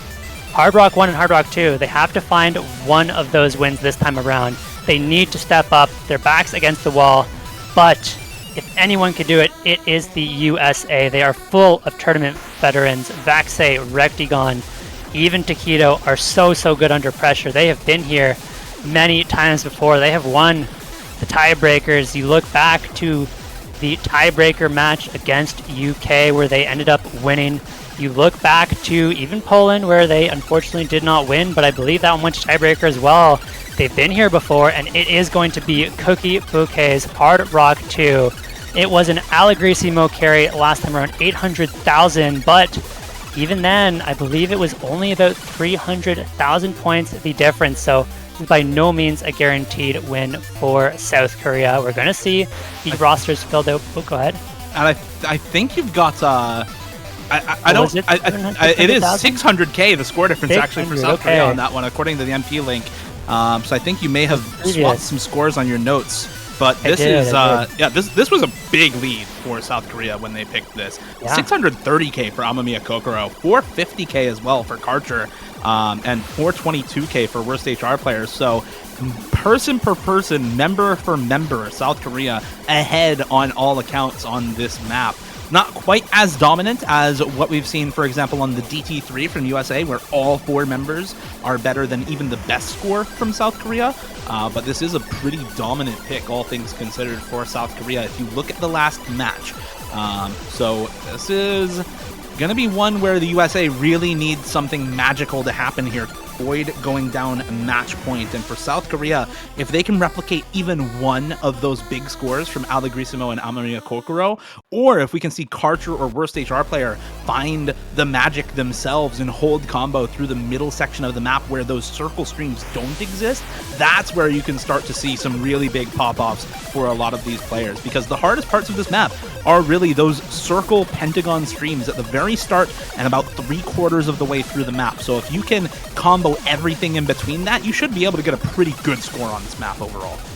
And that's what's so scary about this map. Karcher, infamous for the Hard Rock precision, how good he is on those, and yet he was the 3rd best scorer for South Korea last time this was picked. If you get even a little bit better score for Karcher, things look rough for the USA very quickly. Mind you, they did put up 2.1 million against Australia off the back of Rectigon absolutely popping off with 99.28 accuracy, so we know Rectigon has the potential. I believe that was a 1 miss as well from Rectigon against Australia, and so we know Rectigon can put up good scores, and if Rectigon can match Allegrisimo, the USA could take this one as well, right? There are no free picks left in this pool, and while we did see USA struggle a little bit earlier today, we've seen scores improve, we've seen scores get much worse.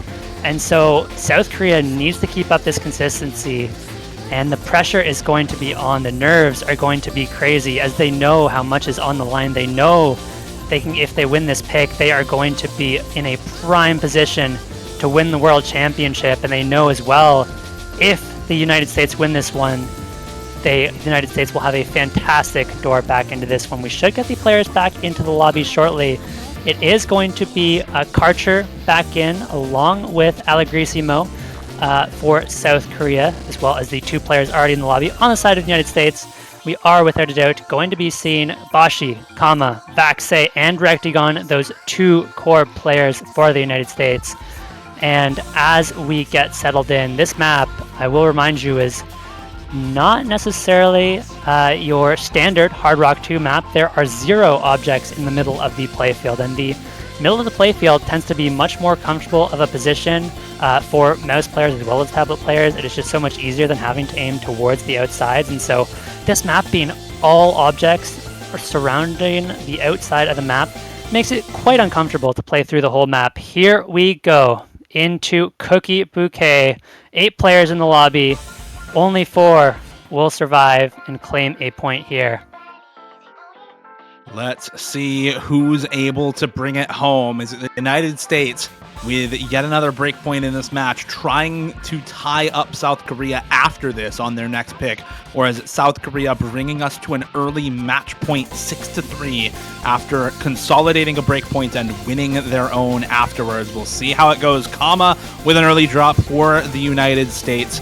Rectigon dropping early as well. Only 1 player from South Korea missing on that first circle stream, but it's Allegrisimo. Worst HR play, actually a 4-way reset for South Korea afterwards, and big accuracy lead now for the United States as Boshiman holding the full combo on the double S out of the intro. No troubles whatsoever for the precision gimmick specialist on the side of the United States. You think of precision players from the US and you think of Boshiman. He is pulling it off here. This map over CS7. That is higher circle size than you usually see, but he does find the slider break midway through the map. It is worst HR player with the recovery for South Korea, but look at the combos on the side of the United States. Kama, Vaxei, and Rectigon all holding big combos here, and now it's just Vaxei, Rectigon, but there's not much combo on the side of South Korea. There goes Vaxei, and now maybe we can see some kind of combo consistency from South Korea start to bring back what is already a 250,000 score lead halfway through this map.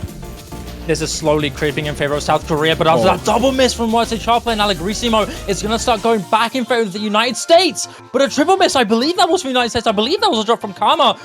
I believe it's just up to Rectagon now to hold on to these combos. The break is shown. Information is shared. The USA know what they have to close out. Rectagon looks fantastic with this accuracy on top of that great combo, completely outshining the rest of South Korea. These recoveries from South Korea are really valuable, but down goes Rectagon. And with Mia Kokoro, last man standing, but down he goes as well. No major combos here for both respective teams. And this is brilliant if you're the United States. 200,000 score going to this ending section is way too far of a deficit for South Korea to build with. And the United States will once again get another break point. These surprises do not stop in this bracket reset match. No, they do not. Down but not out. The USA find the break point that they needed back. It is 5-4, and the United States, they have the pick to make this one 5-5.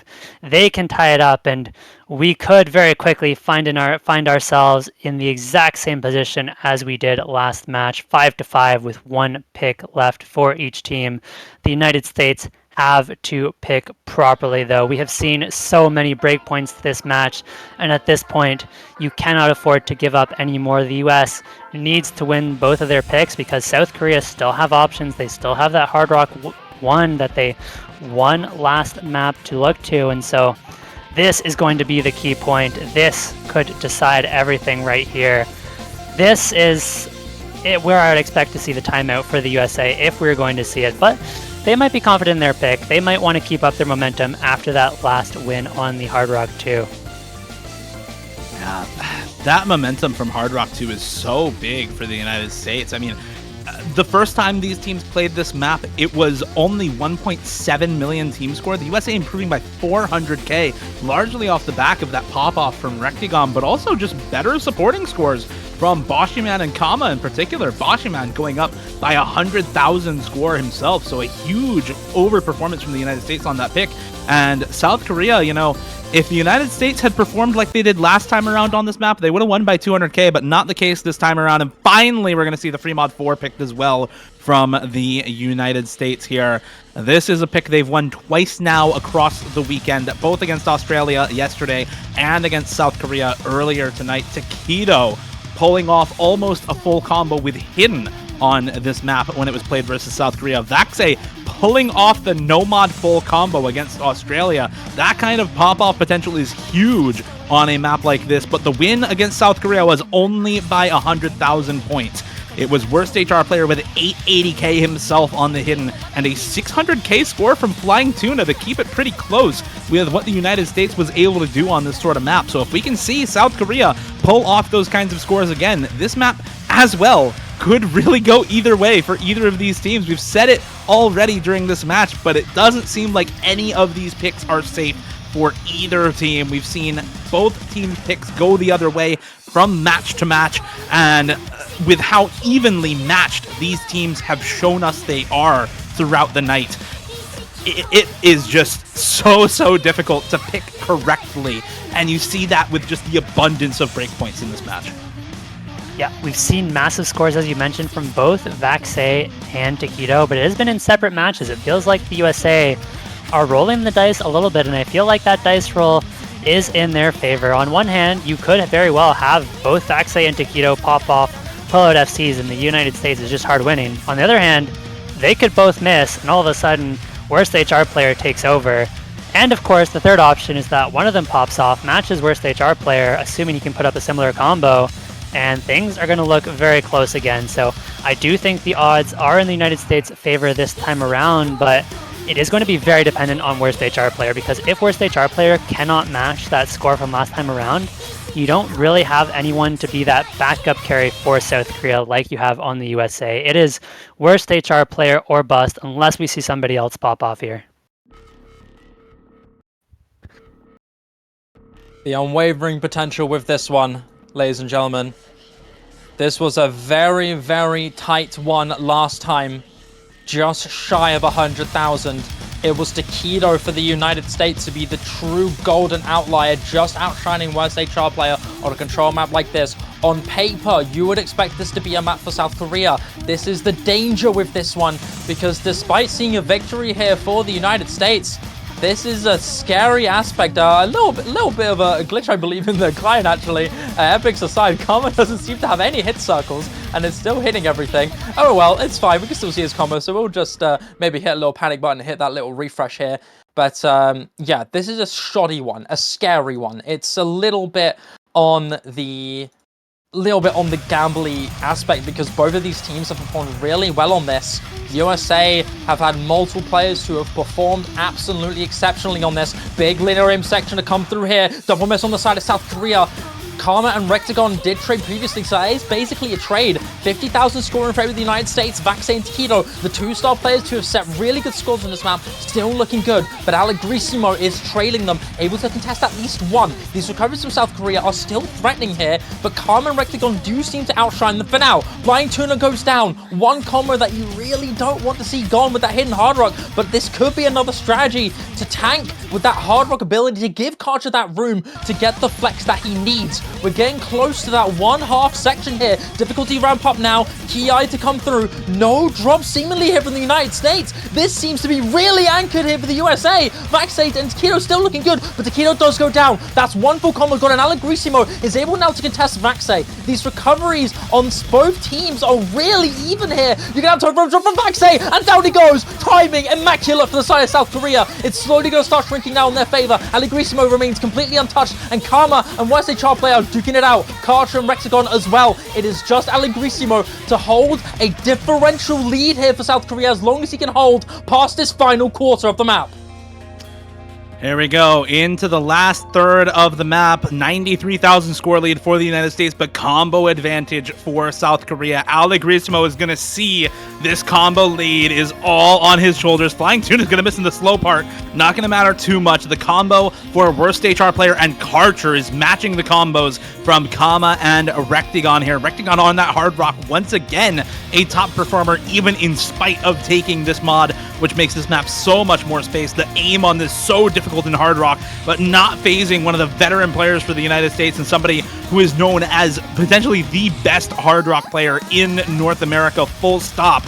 Can the United States bring this back? Yeah, there goes Karcher. That's one of the big supporting scores for South Korea down. It's still Allegrissimo to hold the full combo, but the combo lead now back on the side of the United States. Kama and Rectagon still going strong here with Taquito as backup. And there goes Allegrissimo. He drops as well right before the slow slider. You can see the shakes, but Rectagon will trade the drop. It's all worst HR player. Kama and Taquito matching the combo going into the ending. Vaxe on a good supporting combo for the United States as well. This ending the hardest part of the map. The speed up to 330 BPM. Can worst HR player hold and potentially bring this back? And does everyone on the USA miss? Because that's what it's going to take for this map to go Korea's way. Taquito will drop the chain miss. Kama will drop as well, but there goes worst HR player. And that is going to decide it. Vaxe continuing to hold for the United States. He'll full combo the ending and secure the point for the USA. 5-5, tied up once again in the bracket reset. You could not write a better script for this match as we get 5-5 in back-to-back grand finals best of 13s.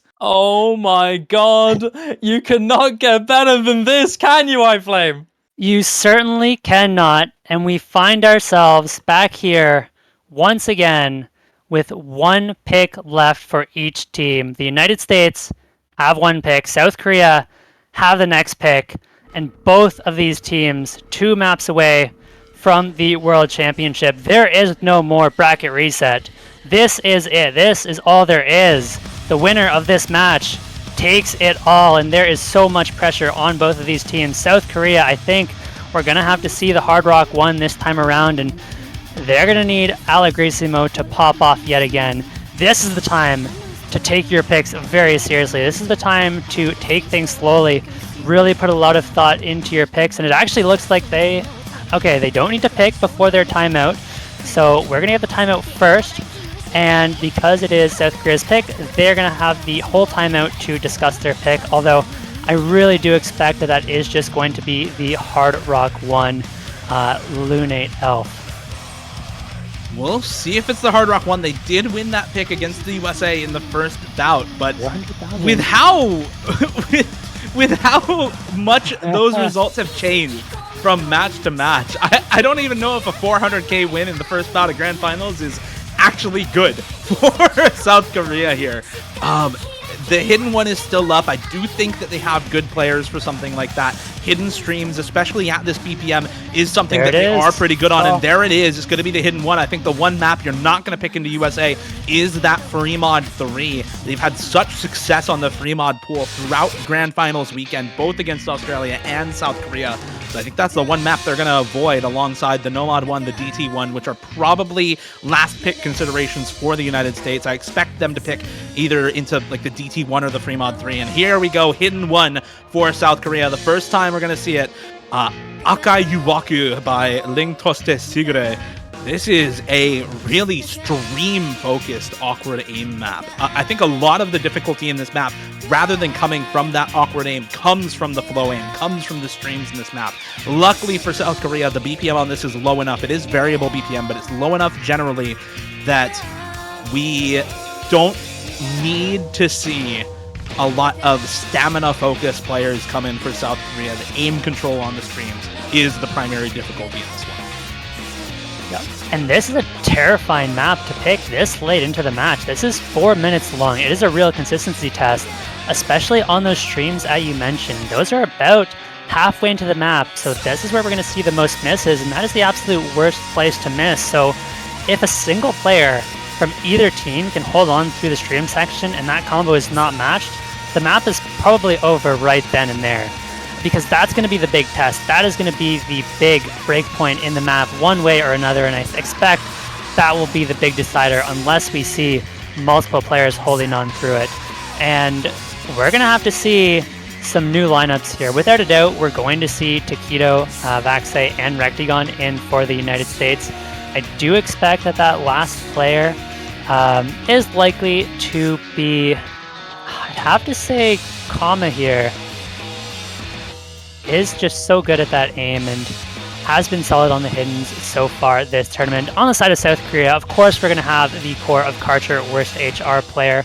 I do expect we're going to have Amamiya Kokoro back in for the hiddens, and likely to be either Flying Tuna or Restia. I think more likely Flying Tuna this time around.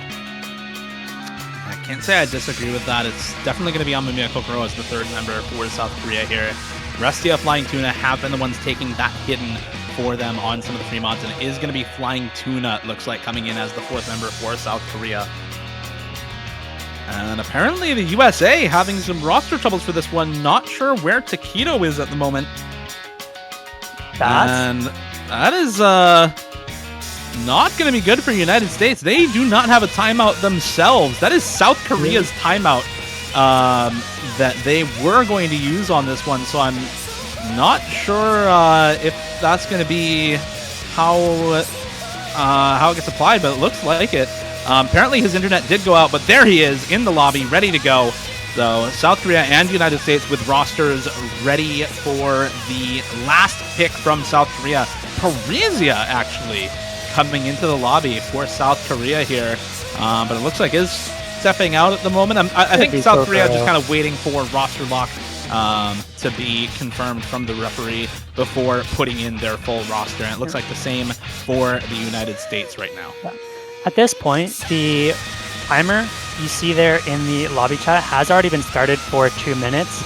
So unfortunately for the United States, because they wanted to wait for Taquito as they should, their timeout has been used up. And even though Taquito did show up about 10 seconds after that timeout got started, they do have the rest of the timeout to be waited out if they want to use it. And so both teams are going to have their players use the duration of this timeout to just take a look at the map in editor, maybe get a tiny bit of quick practice in before we go into one of the most important maps in this whole tournament. We do see Vaxei back in now. We just wait on Amamiya Kokoro, who should be getting back into the lobby before we go into this 4-minute long hidden aim fest with a real tough stream test right in the middle. We'll see how both players handle it. Looking for one more player to come in for South Korea. It is going to be Restia, in fact. Amamiya Kokoro not coming in for this one, it seems. So we are going to have funds out from both of these teams. Last pick for South Korea. If they win this, they secure tiebreaker at the very least and match point on the USA's pick. If they lose this, USA is at match point with next pick. South Korea need this one to work out to potentially win their first World Cup in 10 years and put a stop to the longest standing streak of dominance we have ever seen in O Standard coming from the United States. Can they do it? Can they secure match point? Early miss from Karcher on this map, but not going to matter all that much. Accuracy is going to be important for this one, as there's lots and lots of breaks points in this map. Tons and tons of really difficult streams. As you said, the stream section starts to get really difficult about halfway through the map, as that's when the flow aim starts to take hold, and that's when the streams start to get longer and longer. Until then, I think you're going to be looking at more of the awkward aim as a difficulty focus in the first half of this map, and we'll see how well these teams can hold on to that aim control, how well they can handle the density factor on a map like this, and how well they can handle that awkward aim. Nobody breaking on those big back and forth jumps. Kama and Rectagon breaking on the first stream pattern there, though, in this first jump section. It's Flying Tuna, Restia, Worst HR player, all on FCs. Taquito dropping now as well. It's only Vaxe for the United States. Early days still. But this is looking good for Korea out of the gate. A 40k score lead and climbing with 3 full combos to 1 just on Vaxe, and big supporting combo for Karcher. There go Flying Tuna and Worst HR player. Can they continue with this advantage they hold? Karcher and Restia, it's all on their shoulders, but there's a big chain miss for Restia. And now Taquito drops in time, but that's not the combo you need to lose on the side of USA if you're Korea. Vaxe right now holding the only full combo in the lobby with that reverse choke from Karcher nearly matching him, but the supporting scores from Rectagon and Kamba are just ridiculous for USA in comparison to the supporting scores from South Korea. That chain miss from Restia completely secured the flip there for United States. Several misses on that one chain section there. Going to lead to not only a huge drop in score, but a giant drop in accuracy there for Restia. Disaster for that guy, unfortunately. You do still have Karcher to keep Vaxe in contest here, but Karma and Rectagon building some great recovery to suppress the rest of South Korea.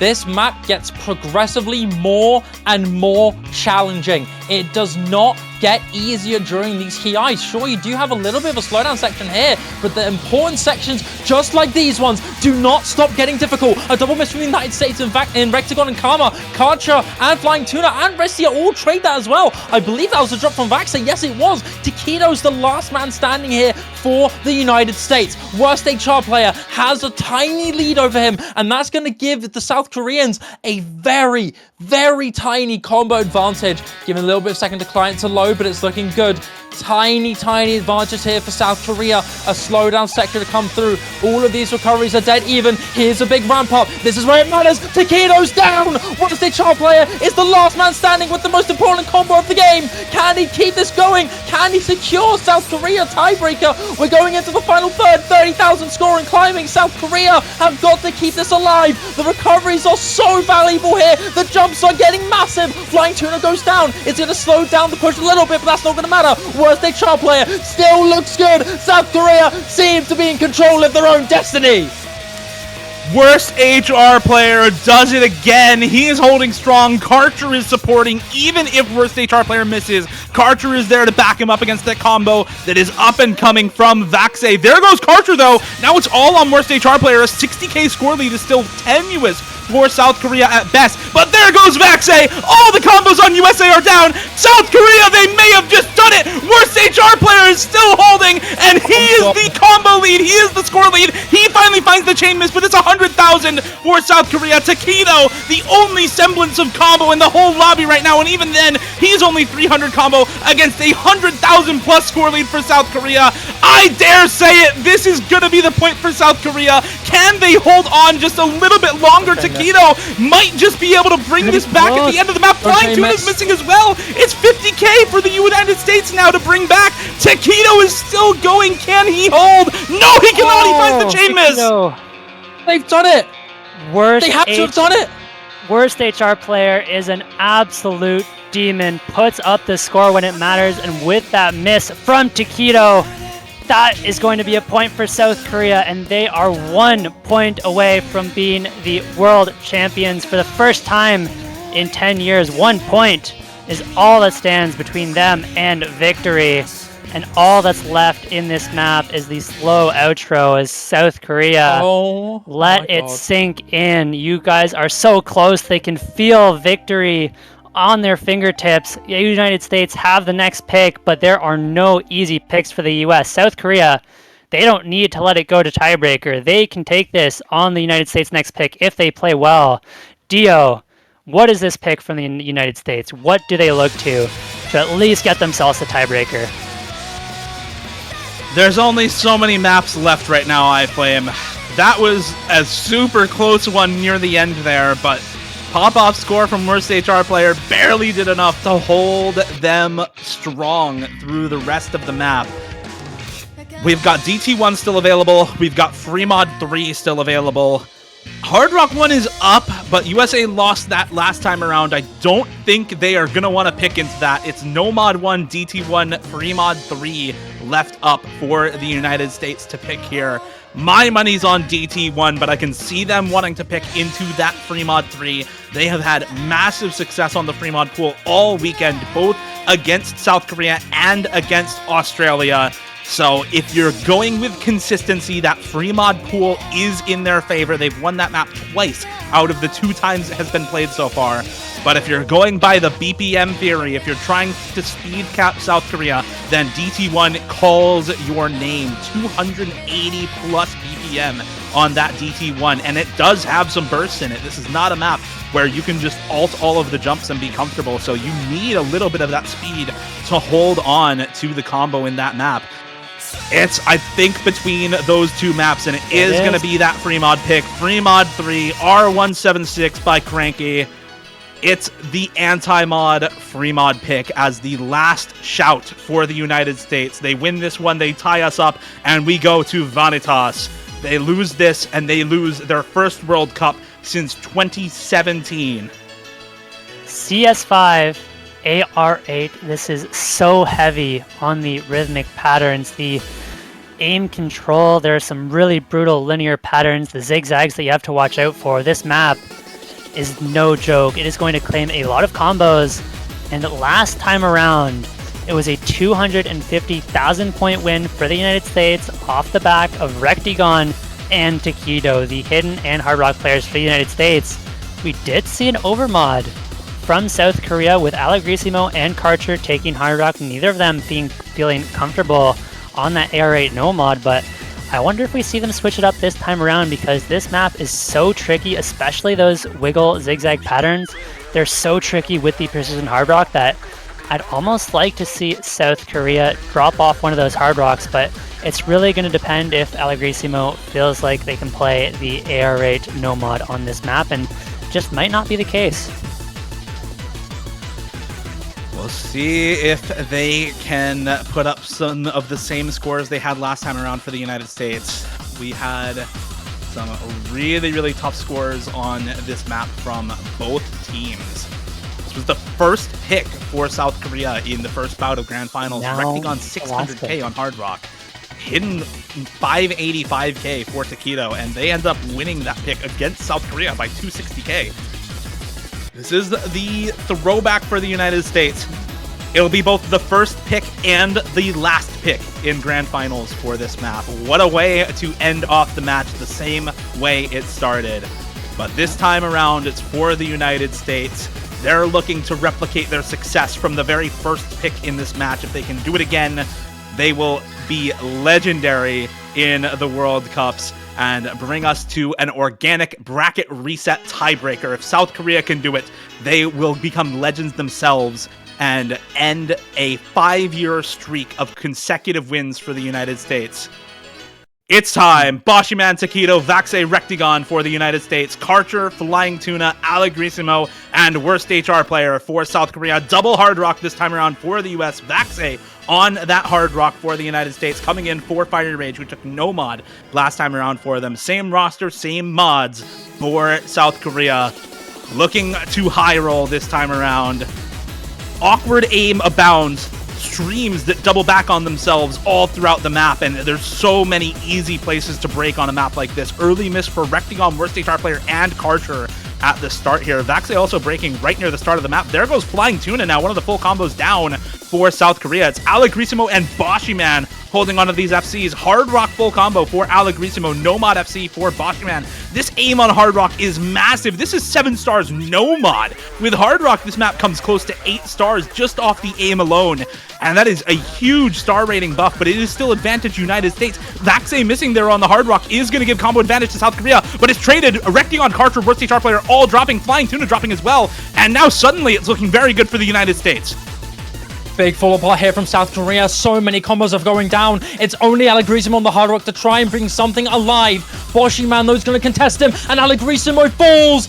The rest of the United States are going to be able to build and build equally to the rest of South Korea. Boshiman is the last outlying combo for the USA. And as the break is shown, Boshi knows what he has to do. He's the last combo alive, last combo standing to give the US the established lead that they need. Karcher and Allegrissimo go down alongside Flying Tuna. Ready to go into Kira also go down. Boshiman will finally drop. But towards the end of this map, ladies and gentlemen, this could be it for the South Korea on this pick for the USA.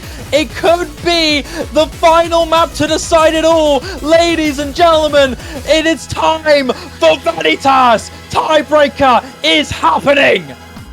Boshiman will not let it end that easily. The gimmick specialist shows up big time for the United States of America. And now we get Vanitas. This map is something special. It is 5 minutes and 53 seconds of absolutely brutal aim patterns, stream patterns, you name it. We saw this showcased in the United States, Australia mats, and there were some rough scores all around. This map is incredibly, incredibly difficult, and you're going to look towards those key players for both teams. It's going to be Rectigon, Vaxei for United States. It's going to be Worst HR player along with Karcher for South Korea. Any one of these players could put up a big score, and if you do well enough, you could solo carry this map. Dio, talk to me about this tiebreaker. What are we watching out for? What are the expectations going into this one for both teams here? This is one of the most unique tiebreakers that the World Cup has seen in Grand Finals in recent years, with the rise of OS original songs for tiebreakers.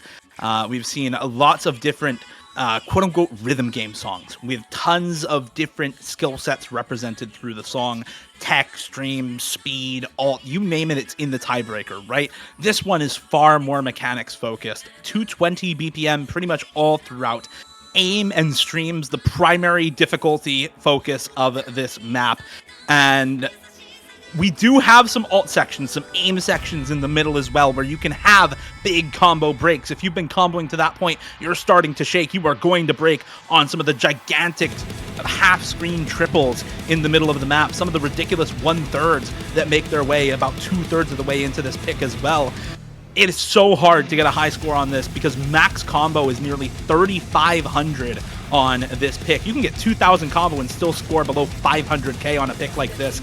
And that, for me, screams team consistency. If you can get a team together who are all really solid on this type of thing, they're going to perform pretty well. You're going to see lots of 300-400k scores. That is the type of score and type of team score that can win you a map like this. So I think this is a really good test of overall team consistency. It's not about the solo carries on this map for the most part. It's about how good you are as a team, what kind of 4-person roster you can put together for a map like this.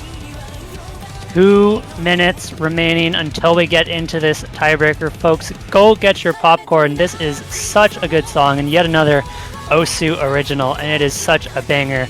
We could not have asked for a better match to end off the World Cup, and we'll soon find out whether South Korea can finally topple the Titans, the Giants in the United States, or if South Korea can make a great return after 10 years to that first place podium spot in the Osu World Cup. Let's talk about rosters here. Without a doubt, we are going to be seeing Recti, Vaxei, along with Karcher and Worst HR player. But who are the fill players for both teams? For South Korea, I have to imagine we're going to see Flying Tuna in for this. And in my opinion, I think the best bet here is Allegrissimo. Allegrissimo has looked incredible, has shown that potential and those big pop-off moments earlier on, especially on the Hard Rock, and that's what you need this time around. You need the consistency as well as the ability to pop off, put up big combo. And we'll see. Spectre, Restia, they're going to get their time in the spotlight. I don't think either of them will be playing. Parisha as well. Everybody's getting into the lobby for South Korea, saying hello to the stream. On the side of United States, I think we are waiting on, of course, Rectagon into the lobby. Is this so speedy that we don't see Taquito? I do expect one of Window Life or Woodshi to sub out in favor of Taquito. I don't know if I can see a world where Taquito doesn't play this map. What do you think, Dio? I think this is going to be the roster for both teams. Taquito is not a stream stamina player. This is not the type of map that you would usually see him in for. And I think this roster for the United States is locked. Window Life Woodshi, 2 rookies for the United States in on the tiebreaker in bracket reset. This is a best of 1. It's for all the marbles.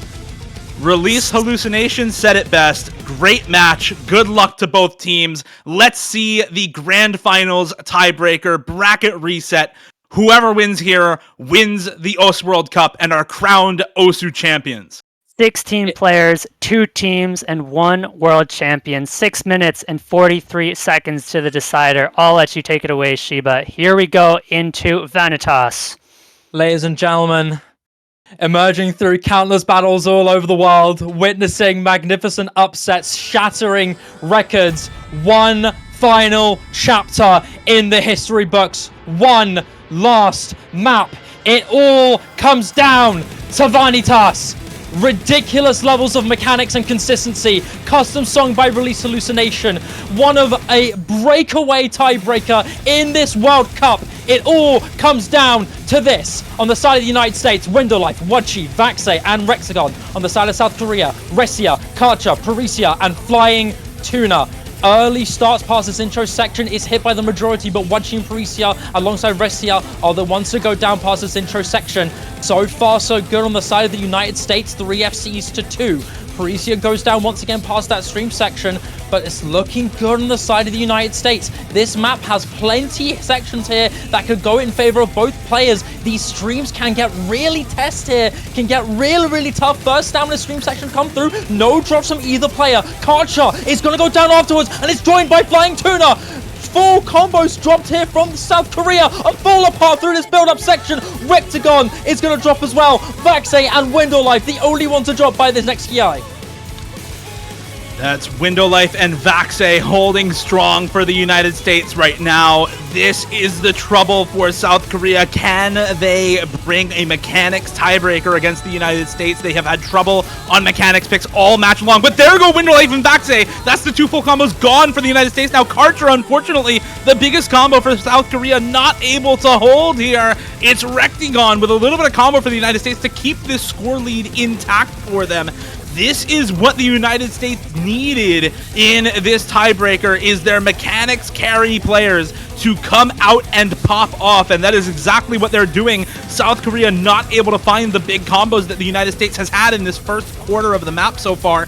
Woodchi's going to find another miss alongside Parisia, but the big story here is this combo on Rectagon. Restia as well dropping now. It feels like it's all on Karcher, Flying Tuna, the 2 veteran members of South Korea. Flying Tuna in particular, somebody who's been with this team for years and years, will finally drop the combo. It's Karcher now, the only combo for South Korea against Window Life. Vaxei dropping now. Window Life dropping as well. Karcha, last man standing here for South Korea with the big combo. Going into this next HI, jumps get really tough here. Cross screen there is hit from Karcha. He's got to hold on to this to try and bring something back for South Korea. 76,000 is quite the deficit on a tiebreaker like this. So many players go down, including Karcha. Big combo from South Korea is gone. Vaxei, the biggest combo in the lobby, also falls. And we're getting into the control quarter. No player hits through this full HI. And we're getting into the 1/3 now. Arguably probably a section that's more in favor of South Korea. This section has a lot of wiggles, a lot of 1/3. You got to really keep yourself precise and in control of these patterns. Really, really devious here. So many drops from so many players. Only Window Life, Rexagon, Karcher, and Flying Tuna to have hit most of it. 2-2 in the major recovery combos, but overall the United States still looking good. Jump sections to come through as well. The United States are slowly gaining on this section. This is where it all comes down to the aim. Parisia is going to drop. It's still the United States with that advantage now, supporting scores in their favor. There goes Karcher, Restia, Woodchi, Window Life, all dropping in short order. It's Flying Tuna and Rectagon with big combos for either team. Rectagon drops as well now. It's Vaxei and Flying Tuna with combos. Vaxei dropping now as well. It's Flying Tuna alone right now, but there he goes as well. And this is what I was saying about this tiebreaker before we started off. This map so difficult. The mechanics test so consistent on this kind of map that the pop-off scores just matter so little on a pick like this. It's all about the team consistency, and triple 200k 2/3 of the way through right now for the United States versus just one score above that margin in Karcher for South Korea. If anyone can do it, it is this man, the first full combo on Dokito's Yomiuri, a legendary tournament player from last year. Karcher, can he find a big combo? Can he find it in him to pop off and carry Korea to their first win in 10 years? It's not looking super likely at the moment. You have big combos on Woodchi, Window Life, and Vaxei right now. Rectagon as well on a pretty big combo there, and there goes Karcher. The one big combo for Korea is down, and all of USA is hitting this stream section. All of USA is hitting the 1/3. All of USA is hitting the jumps, and the United States will not be held back. The United States cannot be beaten. The juggernaut of the World Cups for 8 years, 7 of the last 8 World Cups in their favor have gone to the United States, and this one as well. Despite it all, despite quarterfinals losers bracket, it seems like you cannot stop the best team in Ostandard history. We're approaching the final key eye of this tiebreaker. Vaxei, one of the greatest tournament players to ever live, holding on to nearly 1,000 combo, going towards the final end of this. It is the beginning of the end for the South Korean gifted story. The beauty of this storyline will soon come to an end. The final scratches of ink are starting to come through, and the United States are pushing their lead to a degree of impossibility. Finally, the United States get the security that they need. No matter what doubts you put through for the US, no matter the roster changes, no matter the doubts, the USA will prove that they are inevitable. Doubters, be silenced. Believers, be vindicated. The United States are your 2023 OSU World Cup champions. And the more things change, the more they stay the same for the 6th time in a row. Back to back to back. 3 times over, the USA have done it again. This is the United States people expect to see in the grand finals.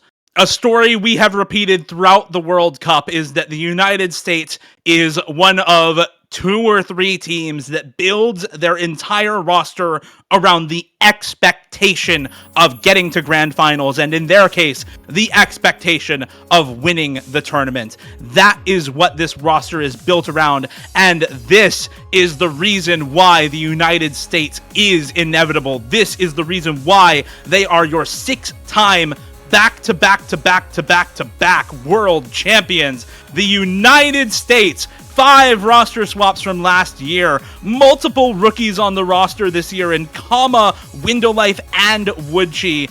All the expectations around this roster was that this was the weakest USA roster we've seen in recent memory, and it still does not matter. The United States are your champions. They defeat South Korea in tiebreaker, in bracket reset. And they cement themselves once again in history as the team to beat, as the single best country in Ostandard. The USA dynasty continues for a 6th year.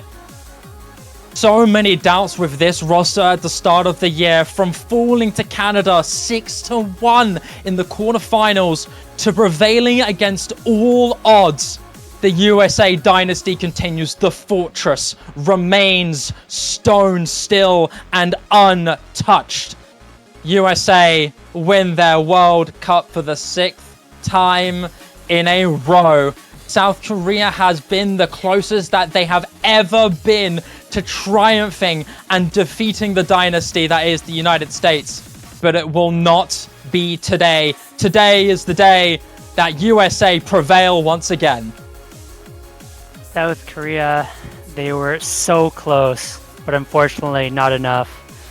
And as we come to the end of the World Cup, I do want to give a huge thanks to all of the staff here at the World Cup. There is so much going on behind the scenes, from all the mappers to the refs to the streamers to the tournament organizers, to keep things running smoothly for you, all the viewers and the players. And on top of that, I want to give a massive thank you to everybody who has joined us, showed up to watch these matches, supported your favorite teams, cheered in the chat, and made things so exciting. This has been truly one of the greatest World Cups in OWC history, and can't wait to see how future ones turn out.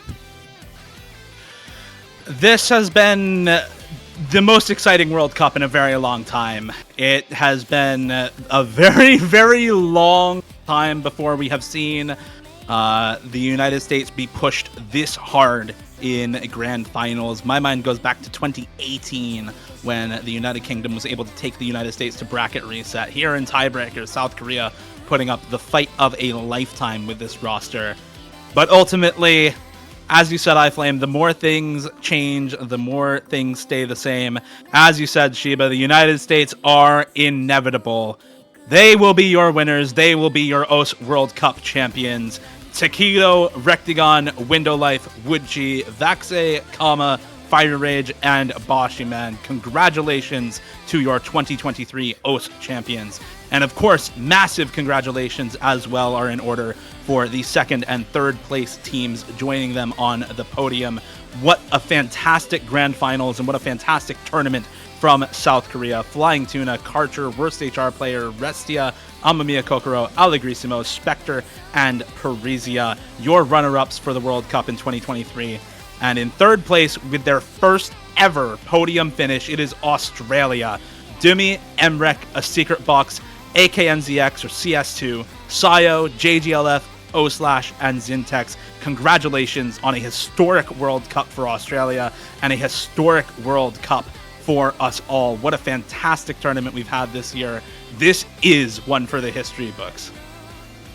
The 2023 OSU World Cup will 100% be written in the stones of history as one of the most thrilling, exciting, incredible World Cups we have ever seen.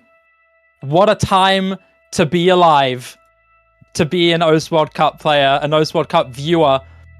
What a time to be alive in this moment, truly. It's absolutely phenomenal. Congratulations once again, USA, your champions, South Korea, your runners-up, and Australia for making a fantastic Cinderella story and getting their first podium spot ever. Congratulations indeed to all of the teams in the OS World Cup this year, and particularly to our podium placers. Before we exit this final stream of the OS World Cup this year, we need to give some special shout outs to all of the staff and organizers who make this tournament possible. So I want to give massive shout outs, of course, to everyone behind the scenes. We had a huge staff team this year. Of course, the managers of the OS World Cup, Azer, Chili Repair, Leo FLT, and Mango Miser behind the scenes with all of the work on OS Originals for the map pooling team. Congratulations and thank you to them for their efforts. Thank you as well to the efforts of the map pool selectors this year, Azer, Shiv, Dada, Nissan, Librarian, Miles, and Megamic, as well as the map pool quality assurance team in Mordred, Petal, Shina Noriko, and Zelk.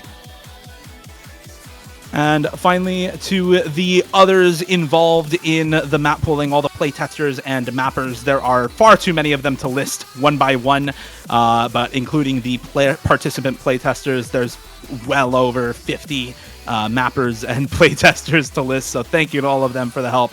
And of course, to our huge statisticians working with all of the back-end sheeting and design for the tournament in Leo FLT and Shadooz. Of course, design and art is also a massive team, but two big people behind the scenes, in particular Kaitu, is a huge driving force for the design of the World Cup every year. A big shout out as well to the 20 separate artists from the OS Originals this year. Go check all of those out. They are listed on the information sheet. Please give them some love. Some love. It is 2:30 in the morning. Please give them some love. Go check out their songs. Make sure that their time in the OS scene is worth it, and make sure that they want to come back once again every year, because it has been an absolute pleasure having all these OS Originals every year, and especially the 20 from this year. I don't know what else. I don't know what else to say, man. I think you've covered it been all. a great run. I will give one more huge shout out to everyone watching. We really appreciate all of you guys. It has been an honor. Dio, would you like to send us off? I would be happy to. Congratulations once again to your third place team in Australia with their first ever podium finish. Your runner-up in South Korea, a winner's bracket run for the ages, and taking the giant in Goliath team of the United States to tiebreaker and bracket reset. It was truly a run for the ages. They are rewarded with a well-deserved second place. And of course, congratulations to your OS champion, the United States. From everyone here at the OS World Cup, from everyone here at the OS team, thank you all very much for watching. Congratulations to everyone on the podium, and congratulations to every team with their fantastic placements this year. We'll see you all next year for the 2024 OS World Cup. See you next time. See you next time.